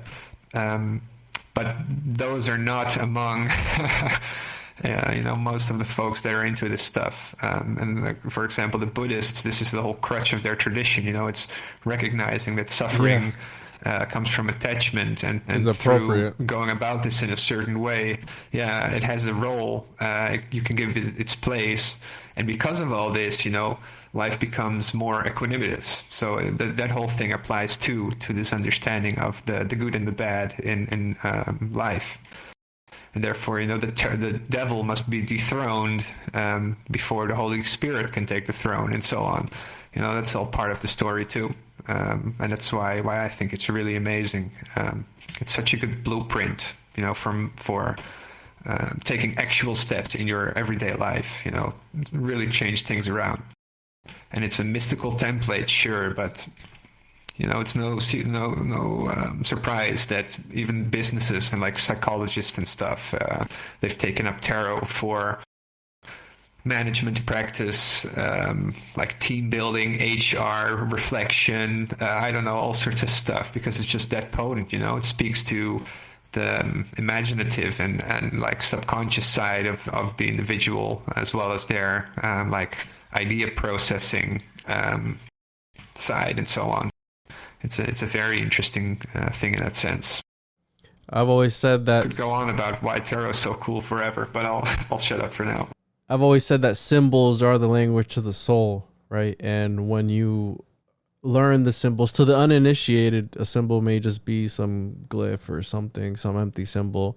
But to the initiated, it's a whole new language. It's a whole new world of understanding and another way to speak. So when these symbols, they speak to the subconscious and they affect, right? And that's the whole thing with a lot of magical practices, that subconscious, that dark self, that deeper aspect of the mind that you want to tap into to use to its fullest potential. So when you have these essentially sigils implementing and implanting themselves in someone's psyche or their subconscious, it's going to have powerful effects. But one of the main things for that to be able to work is you have to believe too, right? That's another thing. You have to be open to change. And that's one of the more important things of this practice, where when it comes to magic, a lot of people would forget that you do have to believe in it. And I always go back and reference the placebo effect.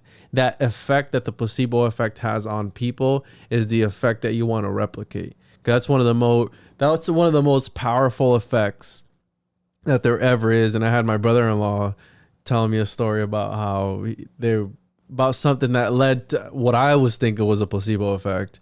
And I was like, dude, don't you think it was maybe in your mind that happened and that's why it helped you? He's like, no, dude, it really did help me. All right. I mean, sure. It was an unorthodox way of doing something. And I was like, okay, dude, right on. More power to you. Hey, did it help you? Yeah. Do you feel better? Then awesome, dude. That's 100% what you want. But in magic, you want to replicate that placebo effect, that's, bringing change into the real. They always tell us mind over matter, right? So if you think it, and that's the whole thing. Cool. Go ahead. Sorry.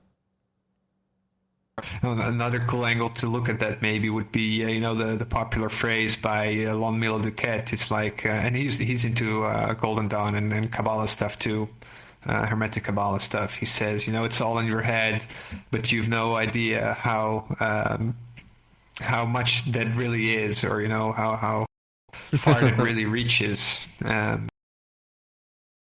So yeah, it's a little bit of both, maybe. That's for sure.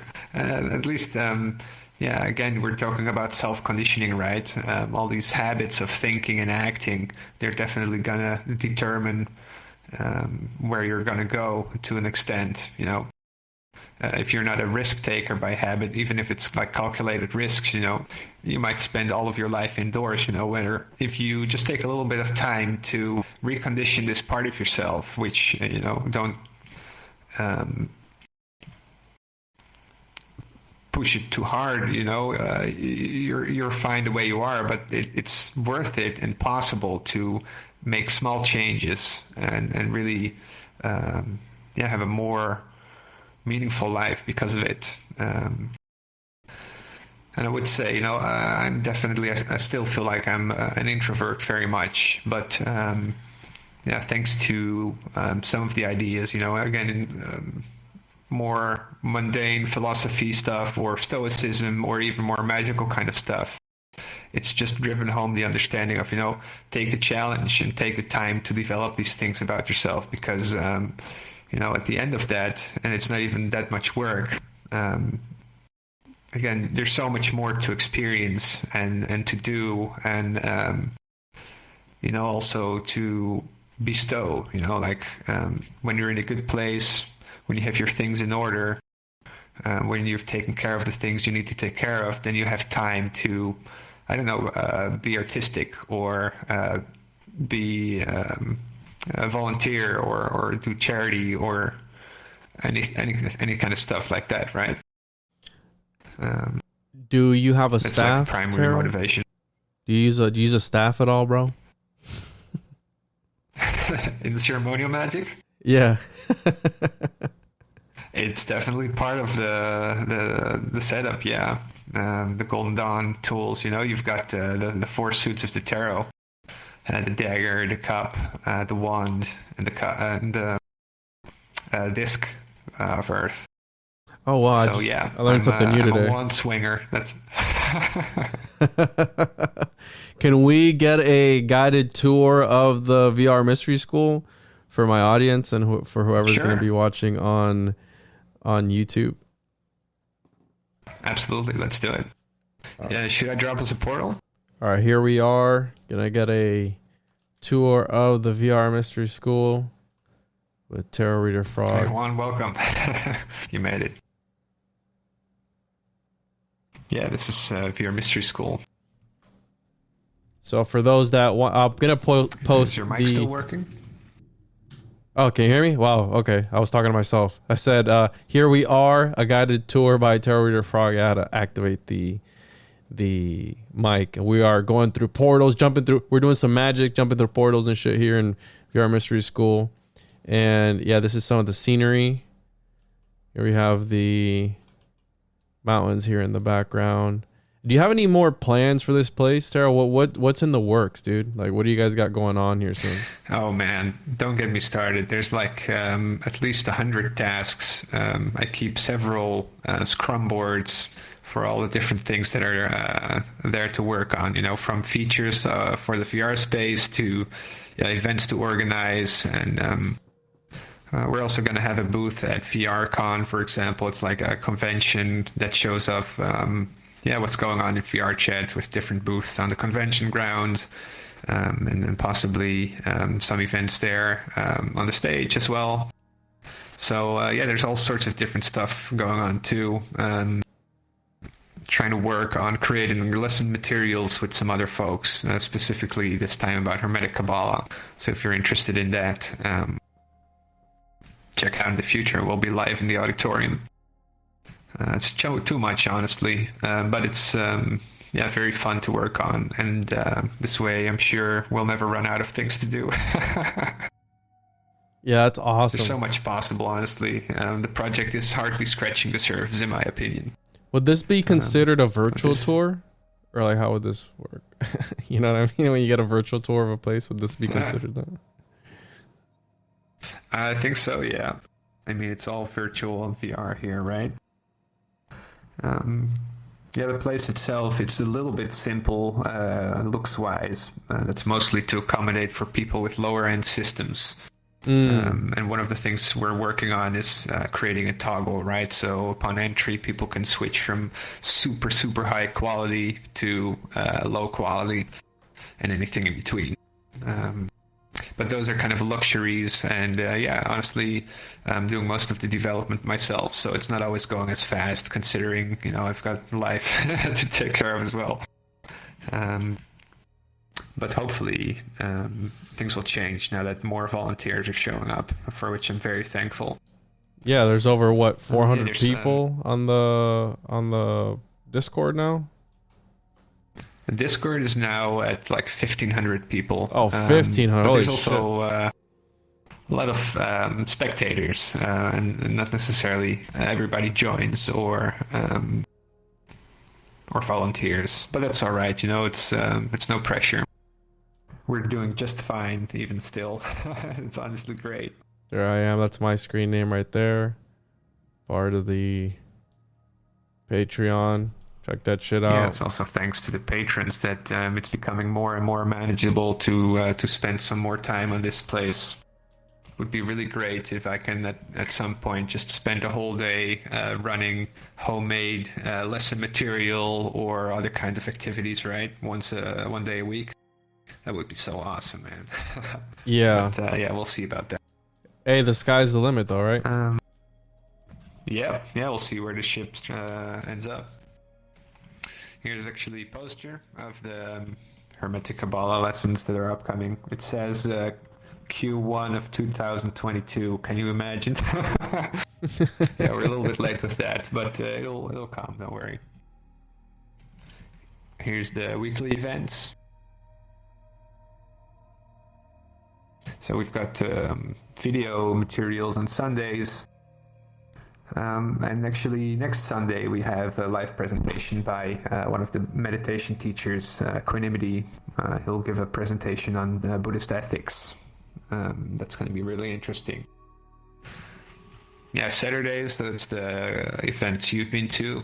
People talking mostly about, solitary practice. So many of the people here, they are into this stuff, but they're like the only person in their friend group who is into this, or they don't know anybody online. Welcome to the club. So Saturdays is where everybody comes together to share their challenges, their insights, their progress, and we just talk about that side of things. Wednesdays are more casual hangouts, and Mondays, as we speak right now, there is a meditation lesson going on.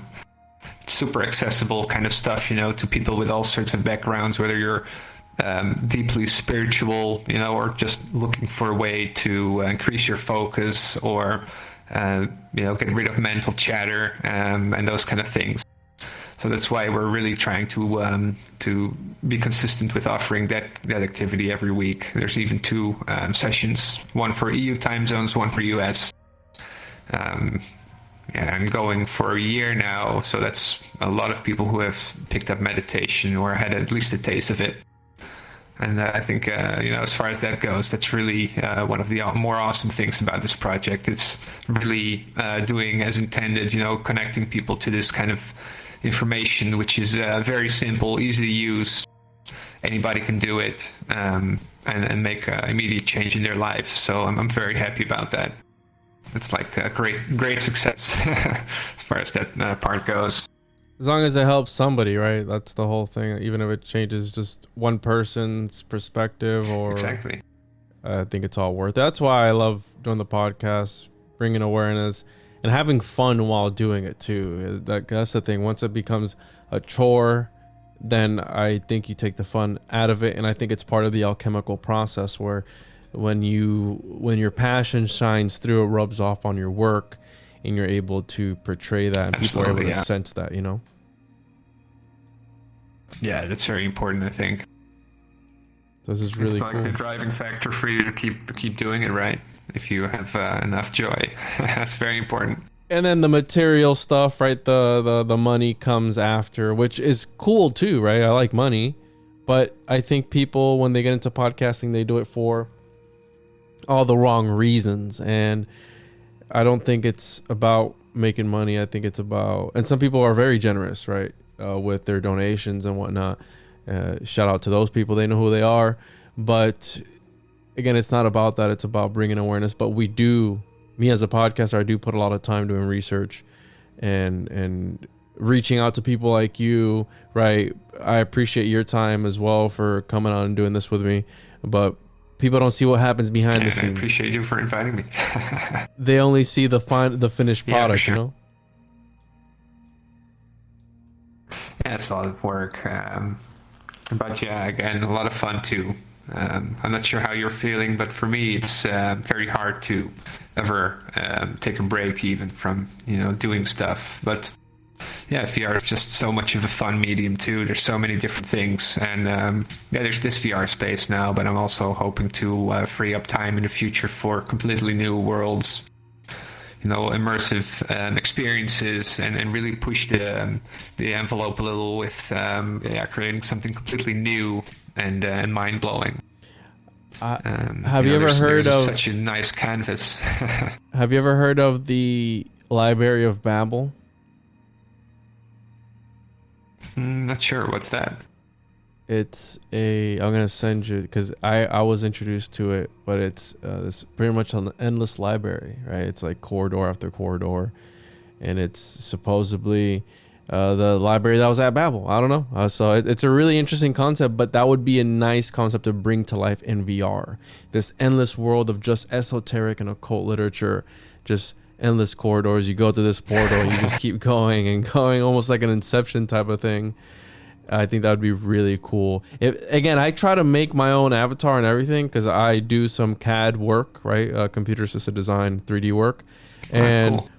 But I'm not able to upload anything because my account is not up to the standards, I guess. So Yeah, you need to spend some time in VR chat, and then you'll get bumped up to like a next trust level, I think they call it. Yeah. At that point, you're able to publish stuff like worlds and avatars. Yeah, that's the thing. So, but again, I don't spend enough time. The only reason I've been on VR chat as of late has been for the hangouts in VR Mystery School. But other than that, that's cool. You know, people have lives, and we can't live. It's like the guy from Avatar. He literally would rather be in the Avatar body than in his real world, because how I mentioned at the beginning of the show, some people, they eat, breathe, and shit this stuff. So they rather be in this Avatar world than in the real world. It definitely happens. Mm-hmm. Yeah, and there's absolutely some kind of a absurd, like, or morbid curiosity side to that, which makes it really interesting. Of course, what happens when somebody does that. But honestly, after spending like the time I've spent in VR chat, almost 3 years now, and you see it all, repeated. Yeah, it's definitely, you can tell this is going to be one of the major issues for the future. People are already in treatment for game addiction and stuff, right? This is an extra hurdle for those who are easily addicted when it comes to maintaining a balanced life. But yeah, it's not impossible, of course. It goes to show how important it is actually to work on yourself, and bring balance to your own life and your own constitution and your relationship to the outside world. Absolutely. Yeah. So what do we have here? We have I was looking at these bunch the of other day. art, yeah. Splendor Solus. This is from Splendor Solus. There's a whole bunch of art here. I think it might be a little too much to go by all of them, but they all have interesting stories, and that's why also of these artworks, they are given with the factual information, so you can look up more about them. We do talk about them now and again. For example, here Freemasonic tracing board. The Islamic mystics who are doing their ecstatic rituals, which is mostly dancing. Very interesting stuff. And here's a Masonic tracing board, yeah. Jacob's Ladder. Yeah. Yeah, it might trigger some of your viewers, but again, there's a side to the Masonic philosophy, which is just, it's a reinterpretation of some esoteric medieval wisdom. One of my co-hosts is a Freemason. It's not all bad. Right. Yeah, that's cool. Yeah, so I have nothing against Freemasons. They're cool people, or anybody in a secret society. I always say, as long as you don't hurt yourself or others, practice whatever the fuck you want to practice. I know, right? You want to worship Cthulhu or the spaghetti monster, do your own thing.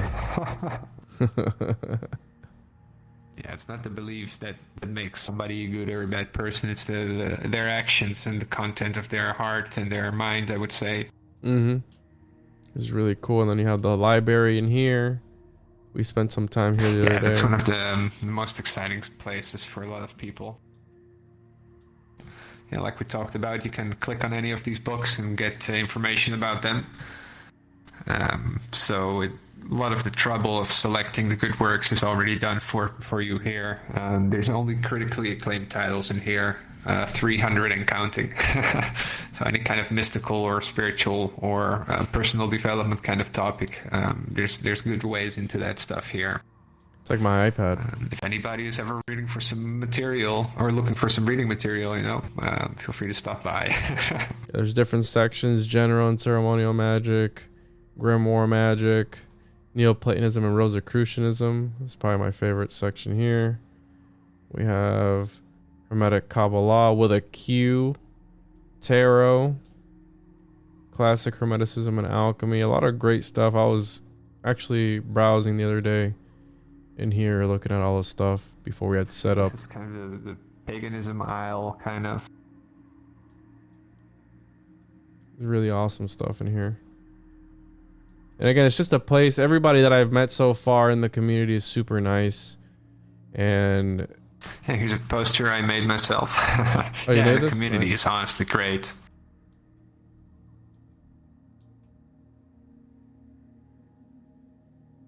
You ever look into Jason Louv? Rings a bell. but I have to look at that. My memory isn't always as good. I apologize for that. Yeah, he's magic.me. He's he does magic and he writes about it. Oh, right. Yeah, I think, isn't he the guy doing the NFT stuff? Is he? I'm not, maybe. I'm not sure. It might be somebody else. 7 chakras cheat sheet. A lot of great stuff in here. Oh, yeah, that is him. He's doing NFTs now? Yeah, he's doing something a little dodgy, but I'm not going to use our time to say anything bad about anything or anyone. I don't know him. I've read his books. And I don't want to be a hater. This is my favorite. This is the Gnostic cosmology is my favorite. Yeah, it's really interesting. Picture of the Gnostic cosmos. It's a little dark though. Yeah, it is. You got Yaldabaoth. Shout out to Yaldabaoth, bro, the OG. And his archontic cronies. We have the Tetractys here with the monad at the top. We talked about this earlier. The 4 elements, and it's pretty much a breakdown of reality. Yeah, it's a really cool diagram. I didn't know so much about it until recently. It's a really useful little device. But maybe let's save that for next episode. Or for next time. Yeah, I'm a really... it's like an hour-long conversation on its own. Pythagoras fan. So I've studied Pythagoras a lot and read a lot of his work. Well, Iamblichus's work, because Pythagoras never wrote anything. So what's this? John Yates. Have you ever heard of Frances Yates? She's amazing. Yeah. Yeah, definitely. They're not related, though, as far as I know. This is our top 1 recommendation. Kind of goes hand in hand with the meditation lessons I told you about. This book is a recently written guide for modern people. I guess also kind of, general English-speaking public, wherever they live in the world. Presents traditional Buddhist practice of mindfulness meditation, and it does involve some insights from modern psychology and neurology. But above all, it's just, again, a very solid work that helps you get started from a total noob.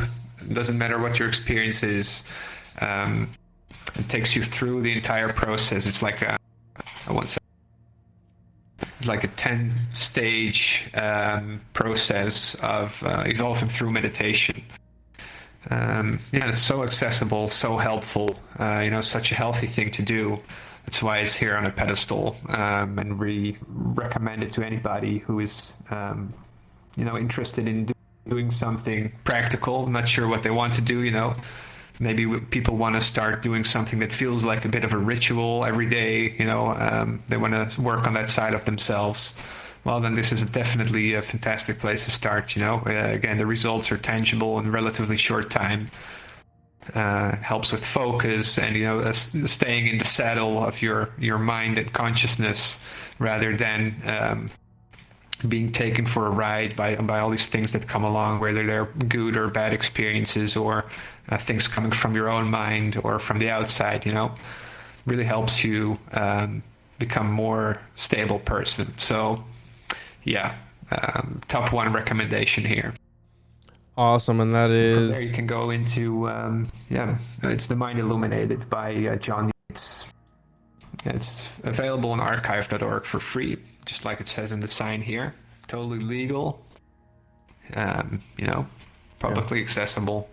And there has been actually a talk at the school here, a very long one, 7 hours, by a student of the writer. Oh, really? It's very interesting. So if you're interested in the nitty-gritty of Buddhist theory and practice, then you can find that on our YouTube channel. That's awesome. The talks by Sun too. Let's see here. Let's go. You have really good stuff. I Ching here, which is another form of divination. I've never done it. Yeah, it's like Chinese or Taoist divination. really fun that you can, program these things together in VR, just make it accessible. Yeah, you can interact with all this stuff, and you can come in here and do your own thing. I don't know what I just divinated there, but I got there's all the reference information. We got some stuff here. You can learn by yourself. Present 11 advance. I don't know, some trigram B Earth. I don't know what this means. So. You can look it up on the screen here. So if you've got trigram 11, hexagram 11, here on the menu, you click to 11 to or 10 to 19, and then it should be at the top. Oh, heaven and earth. This is like your oracle. Embrace giving birth to peace. A superior person serves as a midwife, presenting the newborn gift to the people. The small depart. The great approach. Success, good fortune. Oh yeah, we got good fortune. Hell yeah. That's what I'm talking about. Yeah, and as you see, even things like this can still use some development, becoming more intuitive, more interactive, people actually picking up the coins and tossing them by hand instead of clicking on them, or, the information popping up automatically. So these are all, if it's here, it's still being worked on regardless. Everything's always being worked on. 100%. That's podcasting too, right? It's an ongoing experience as I learn more and more to bring new material to the show. I can only read so many books at a time. I don't know about you, but I find myself reading about 5 books at a time on different subjects. I get bored of one, after reading it for an hour, pick up another one, get bored of that one, wait till the next day, start reading another one until I finish all 5, and then I move on. I really like this portrait of you. Yeah. Thank you for your visit. I hope you enjoyed it. Yeah, thanks. Hell yeah. Let's go upstairs to see what's up there. AI mate. Yeah, there's some more interesting VR kind of stuff there. Something to show off. So there's the tarot decks. You can shuffle them, pick them up. And again, look up the... you can turn them around with the I, O, U, J, K, and L buttons on your keyboard. Oh, all right. Oh, and inverted. What the hell is this? I inverted it. Well, you turned it around just now. Yeah, there you go. Let's see here. What card is this, bro? What art is this? This is not Rider White, no? Yeah, this is the Rider White. That's a 5 of Wands. Oh, okay. Yeah, I've never looked at this before. It's a little bit of play fighting, It's a little bit of struggle and stress and things going on, but it's not a real battle to death or anything. There's things being learned. Let's draw one more. See what we get. We got the 5. Is it Pentacles? Is it 7 of 8 of Pentacles? Is that what that is? Yeah, patient hard labor. So is it the 2 of Cups right here? Is that what that is? Yeah. We got the 5 of the Sticks. And then 8 of the Pentacle. I've been studying the Nap Hall Tarot, excuse me, as I don't know what these mean. But I've been... Well, I kind of stopped trying to hold on to all of it with your brain. If you spend enough time around it, you will pick stuff up. But, there's so much awesome literature. I really feel people cut themselves short when they only rely on their memory and they don't refer to the books they have laying around, There's a really awesome tarot book. I'm a total fanboy of Susan Chang. She's kind of relatively recently started writing and publishing on tarot, and she's written like the Tarot Bible, Tarot Deciphered. It's like 600 pages for $20. Oh, shit. Why try to do it all, with your memory if you can use an awesome tool like that? Mm-hmm. It's got all the information. So we have here all the tarot. tarots. Kind of like it's just if you want to study the images a little further up close, you can use this this board here. That's also part of the practice, right? Being able to meditate and almost go into the picture of it. And yeah, it's one side of it, yeah, for sure. That's the whole path working, visionary experience kind of thing. But it's also, sometimes you see things that are so small, and even still the image isn't super sharp, but you can see more detail, I guess. Another idea, Like tarot. a little flower here. Making the tarots into portals, and people can actually go into the tarot and have everything from the tarot inside. That would take a while, but that'd be a cool idea, right? Absolutely. Yeah, that's on the agenda already. We have the trio live It's here. gonna be crazy. Yeah, there's a 3D version and there's a 2D version. Oh, you Right can now toggle it just it. shows Right? the names, but it will be interactable also in the future. So you can just touch one of the parts and see all the information. And you said that you haven't been in your work in own progress. world with a VR headset, right? Oh, I have been, yeah, for sure. I got a very generous donation quite recently, which was an Oculus Quest 2. Oh shit. Donator who wishes to remain anonymous, was responsible for me first experiencing it in VR.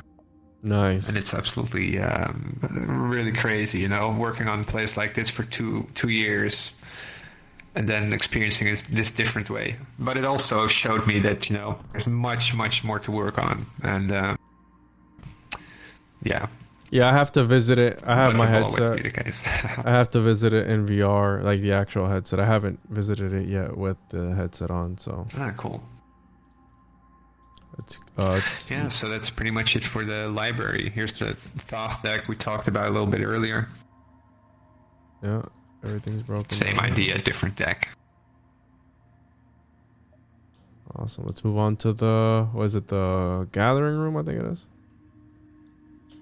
Yeah. Oops. Yeah, there we go.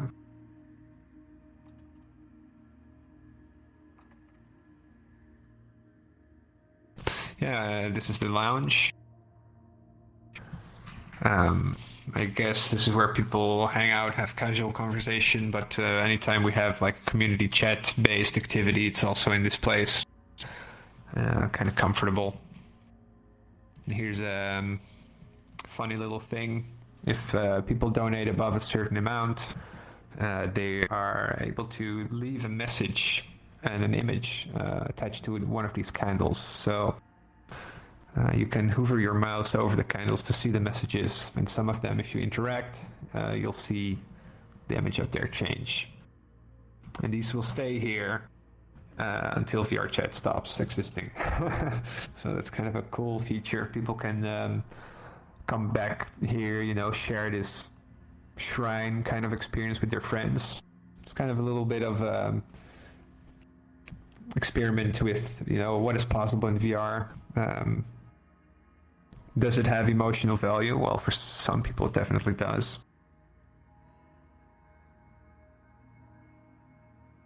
Yeah, I came up to this the other day and I didn't know how it works, so now I know how it works. That's awesome. Yeah, it says in memory and celebration, or at least my best attempt at it anyway. I don't speak Latin. We have the gathering room here. I've been here a few times. It's where we conjure spirits and stuff. Well, there's another room for that. Here we conjure good times and conversations. Have a bar here. Yeah, a little coffee corner with home brand coffee as well. Oh yeah, I saw that. It was really cool. Some pictures. Is he holding a seal? What is he holding up there? Is that a seal? I think it's a fish. Oh, Yeah, that's a fish. who is that? What angel is that? That's Raphael, He's holding fish. Interesting. right? Yeah. Saint Raphael by Miguel Cabrera. Okay, Italian or 1750. Spanish? I'm not sure. Probably Italian. There you go. Who's this guy? Ibn Sina. Ibn Sina. Avicenna. Yeah, or his Latinized name was Avicenna. He was an interesting philosopher, kind of popular in the West as well as the Arabic world. I think he's lumped in with the alchemists and the Platonists. But yeah, my memory's leaving me again. I'm sorry about that. No, you're good, dude. Trust me, I can relate. Very interesting, that guy, though.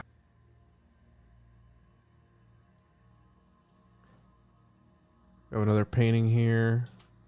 A lot of really cool stuff. Yeah, this is a Buddhist mandala. Got a little bit trying to represent many different traditions. Yeah, and of course 3D art is also pretty neat, that we can do that. Oh, like this right here? Like these busts. That's cool. And this is a different, maybe the next time I hop in here, I'm going to hop in here with my headset. It's a different experience. Going up to everything. We got some alchemical. You know that I had, so one of these, I think it's this one up here. It's part of, I think it's Kunrath or Kunthar. Yeah, Heinrich Kun. I've never seen it spelled like that. Yeah, Kunrath. I think it's the spelling that I've seen it. I was actually I forget the damn name of Eternal Wisdom. Anyways, it's the Emerald Tablet, right? No. It was a different. It was alchemical plates by Heinrich, and I was actually going to. Well, yeah, this painting. I think it's in. Damn, what the fuck's the name? It's something Eternal Wisdom. Anyways, I know a guy who has one of the 3 copies or 4 copies. He owns a bookstore, and I was gonna do an interview with him. Awesome. And actually see the actual chemical plates, and he actually flaked on me last minute. So I'm sure you'll get around to it eventually. Yeah, hopefully so, because that'd be really dope. But the book's worth like $23,000. Oh damn! So we have a gym in here. This is still a little bit empty. We got a gym with a couple of toggleable features. The idea is to maybe do basic martial arts exercises or yoga, tai chi.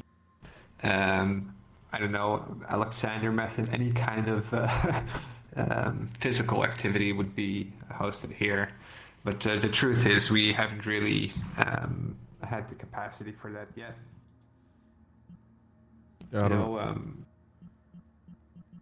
know how to do gestures. I don't know how to do that. Not every VR not every VR headset has body tracking, right? Yeah. So for somebody to give a real proper demonstration, they would require all that hardware to wear and to translate their bodily movements into the game. And yeah, that's kind of a thing to ask for somebody to have that. Know the stuff at a teaching capacity, also have time to teach and want to, of course, and so on. Yeah. Again, it's a developing thing, so hopefully anybody listening can volunteer and that would be great. Yeah, help out. I'm sure in time, we're still kind of early in the whole VR thing, so in time, I'm sure more folks like that will show up. Do you want to see the auditorium, or you want to save that for later? What do we have left? This is the auditorium here. Yeah. Yeah, as you can see on the poster here, anything that's happening inside this room that's worth sharing, we upload it on the YouTube channel. It's just an auditorium room with a big screen. We got the slideshow system here as well. And we also do the Sunday screenings here. What was this past Sunday's That's pretty one? much it for this room. It was Spinoza, actually. That was yesterday. We went into a good hour and 44 minutes, 2 videos. Spinoza, Dutch philosopher, very interesting guy. Yeah, I've heard of him. Some of his stuff gets really complicated, but also, if your viewers are interested in one of the greater philosophers who has some super interesting things to say about ideas like God or what it means to have a good life and so on, look up Spinoza or some kind of a video that explains that stuff in more accessible way. You'll still be able to get much of the profound quality of his teachings through that. And that's exactly what we did yesterday. Is that late 1800s? Is that when he was around? I forgot when it was exactly, but it's not that. If it's not that, then it's not far from that. It's very close to 1800s, I suppose. Maybe Renaissance ish. I'm saying I might have ran into him while doing research on Nietzsche, which is late 1800s, around there, late. It's definitely before Nietzsche, I think. Why is it so dark in here, bro? You never told me. Point.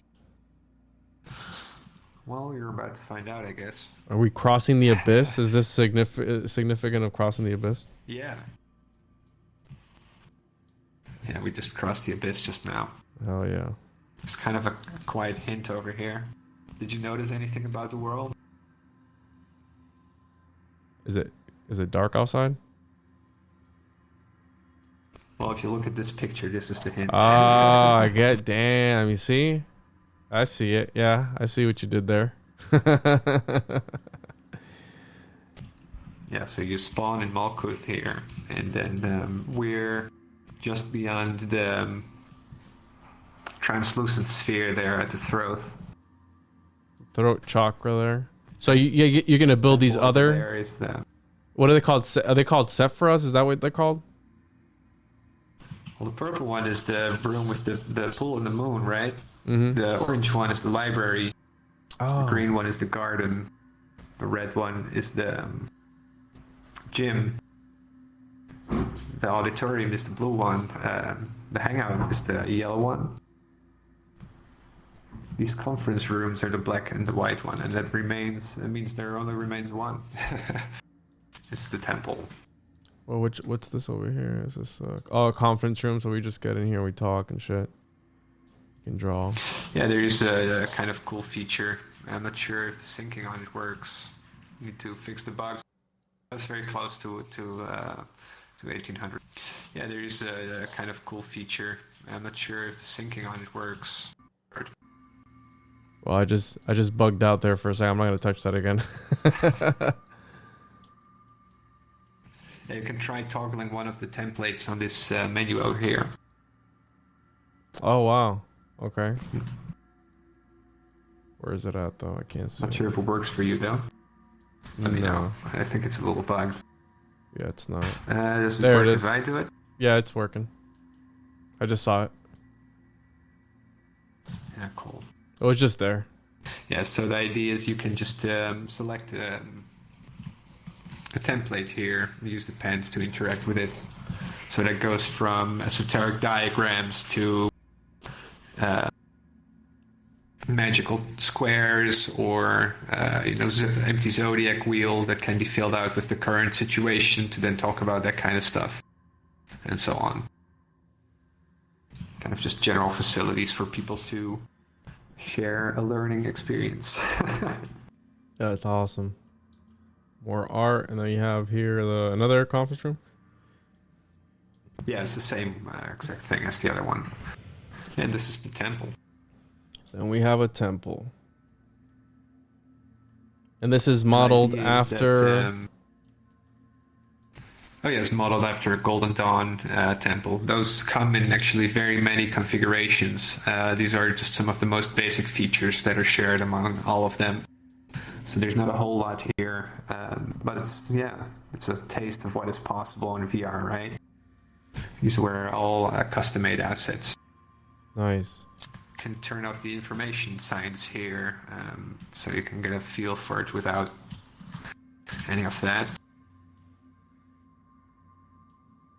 This is the thing about this, right? People are able to make their own temples and do their own thing in the VR space, which is very, for those who can't afford to build this on a grander scale like this, they can do it they can probably hire somebody on Fiverr to do it for them or something, a cheaper alternative than actual real estate. So that's another attractive thing about the VR. Yeah, it's already kind of happening now, but it will only happen more in the future. The prices will go down for getting custom stuff made to use in VR. I'm absolutely certain that many people will use it. It's interesting, though, we haven't really talked about that much yet, but there are certain things to be said about what are the possible applications of VR to, I don't know, learning stuff, but also mysticism, magic, and that kind of things. And there's many, but there's also hurdles or issues here and there. For example, if so much of doing effective magic depends on you having a very lively experience of things as an individual, and you start offloading all these kind of things onto your VR headset, what remains of the experience you're having? Are you still immersed to the point where it's going to work? And those kind of issues kind of arise, Mm-hmm. But there's also, I think, depending on what people are looking at, the application and the ideas they have, it's definitely possible to figure out ways to employ these new technologies, AR, VR, whatever it is, to really put them in use for advantage. And I think spaces like this can be something like that. Another, more mundane example is that they're treating soldiers with extreme trauma, also with VR. They let them relive the experience, but in a different context. And doing so,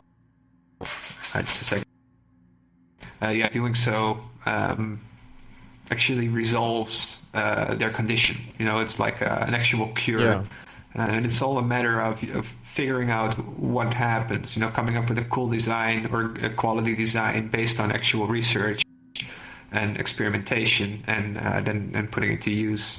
So again, not everything is going to just outright work, but with proper thinking and design, people are going to be able to come up with a whole bunch of insanely useful and interesting applications of this stuff. It's the opposite of a sensory deprivation tank, actually, because you're overloading the senses to relive it and just, I guess, get used to it. I don't know, condition it to get used to the trauma. Absolutely. And then there's that one thing in the back. I think we went in there the other day. What's the name of this space? Right. It's the Vault of the Adepti.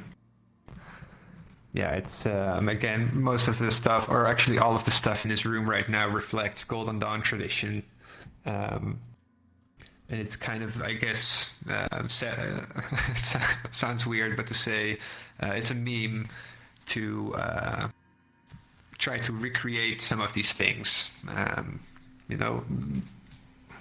What we have to go off is like relatively ambiguous instructions from a couple texts. Even the Golden Dawn folks weren't exactly super clear about how this room is put together.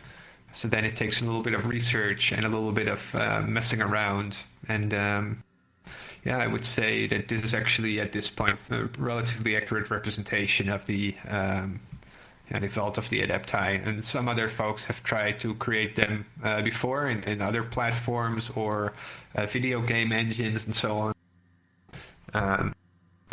But often with inaccuracies, from the tints of every tile to the positions, the spellings of the words, and so on. It's all significant. So then it's kind of funny to both understand that and also understand that, even though it's all meant to have its place and specific tint and this and that, also nobody really knew how to do it.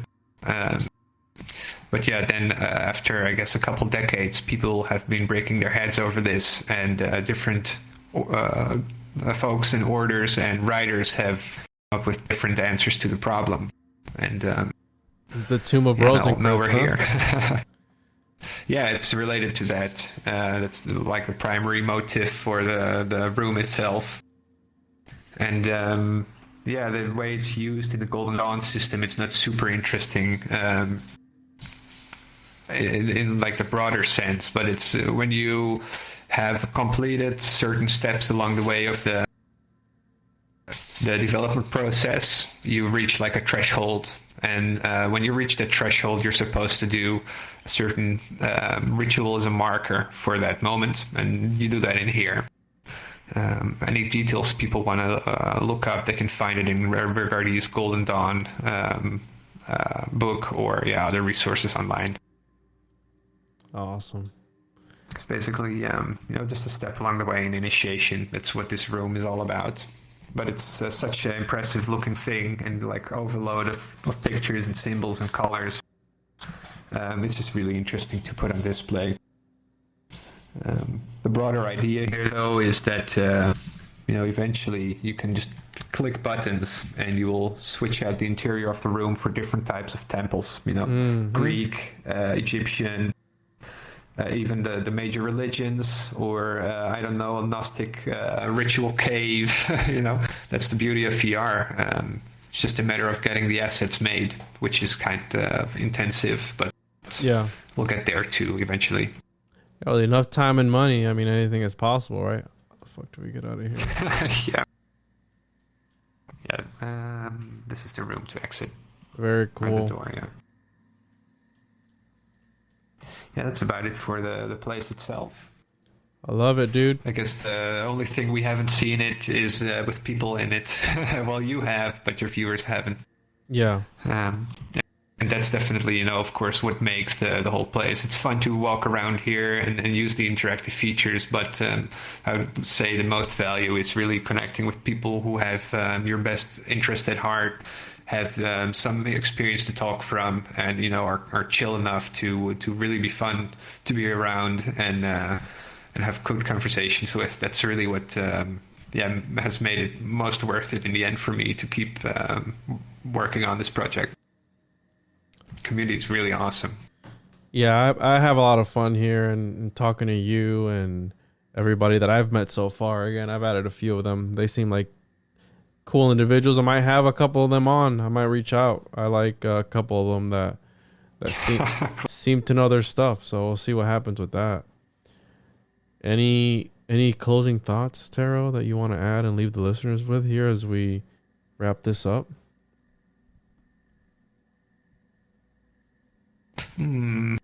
Maybe real quickly, reasons to pursue practice or study of these kind of things. Other than just the intellectual exercise. I wrote those down earlier, right? So what it helped me do is it's another venue or angle from which you can refine your model and understanding of the world, how things work, and therefore also, what you should do for desirable outcomes.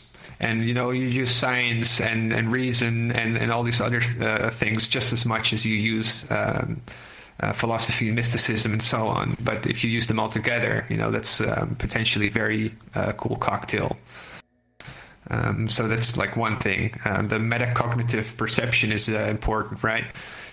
For example, with mindfulness meditation, it's possible to come to a point where, the things you experience, they don't overpower you anymore, but they are more like things that come and float by like a cloud, and you can analyze them. It's like, okay, this sensation of anger is arising now.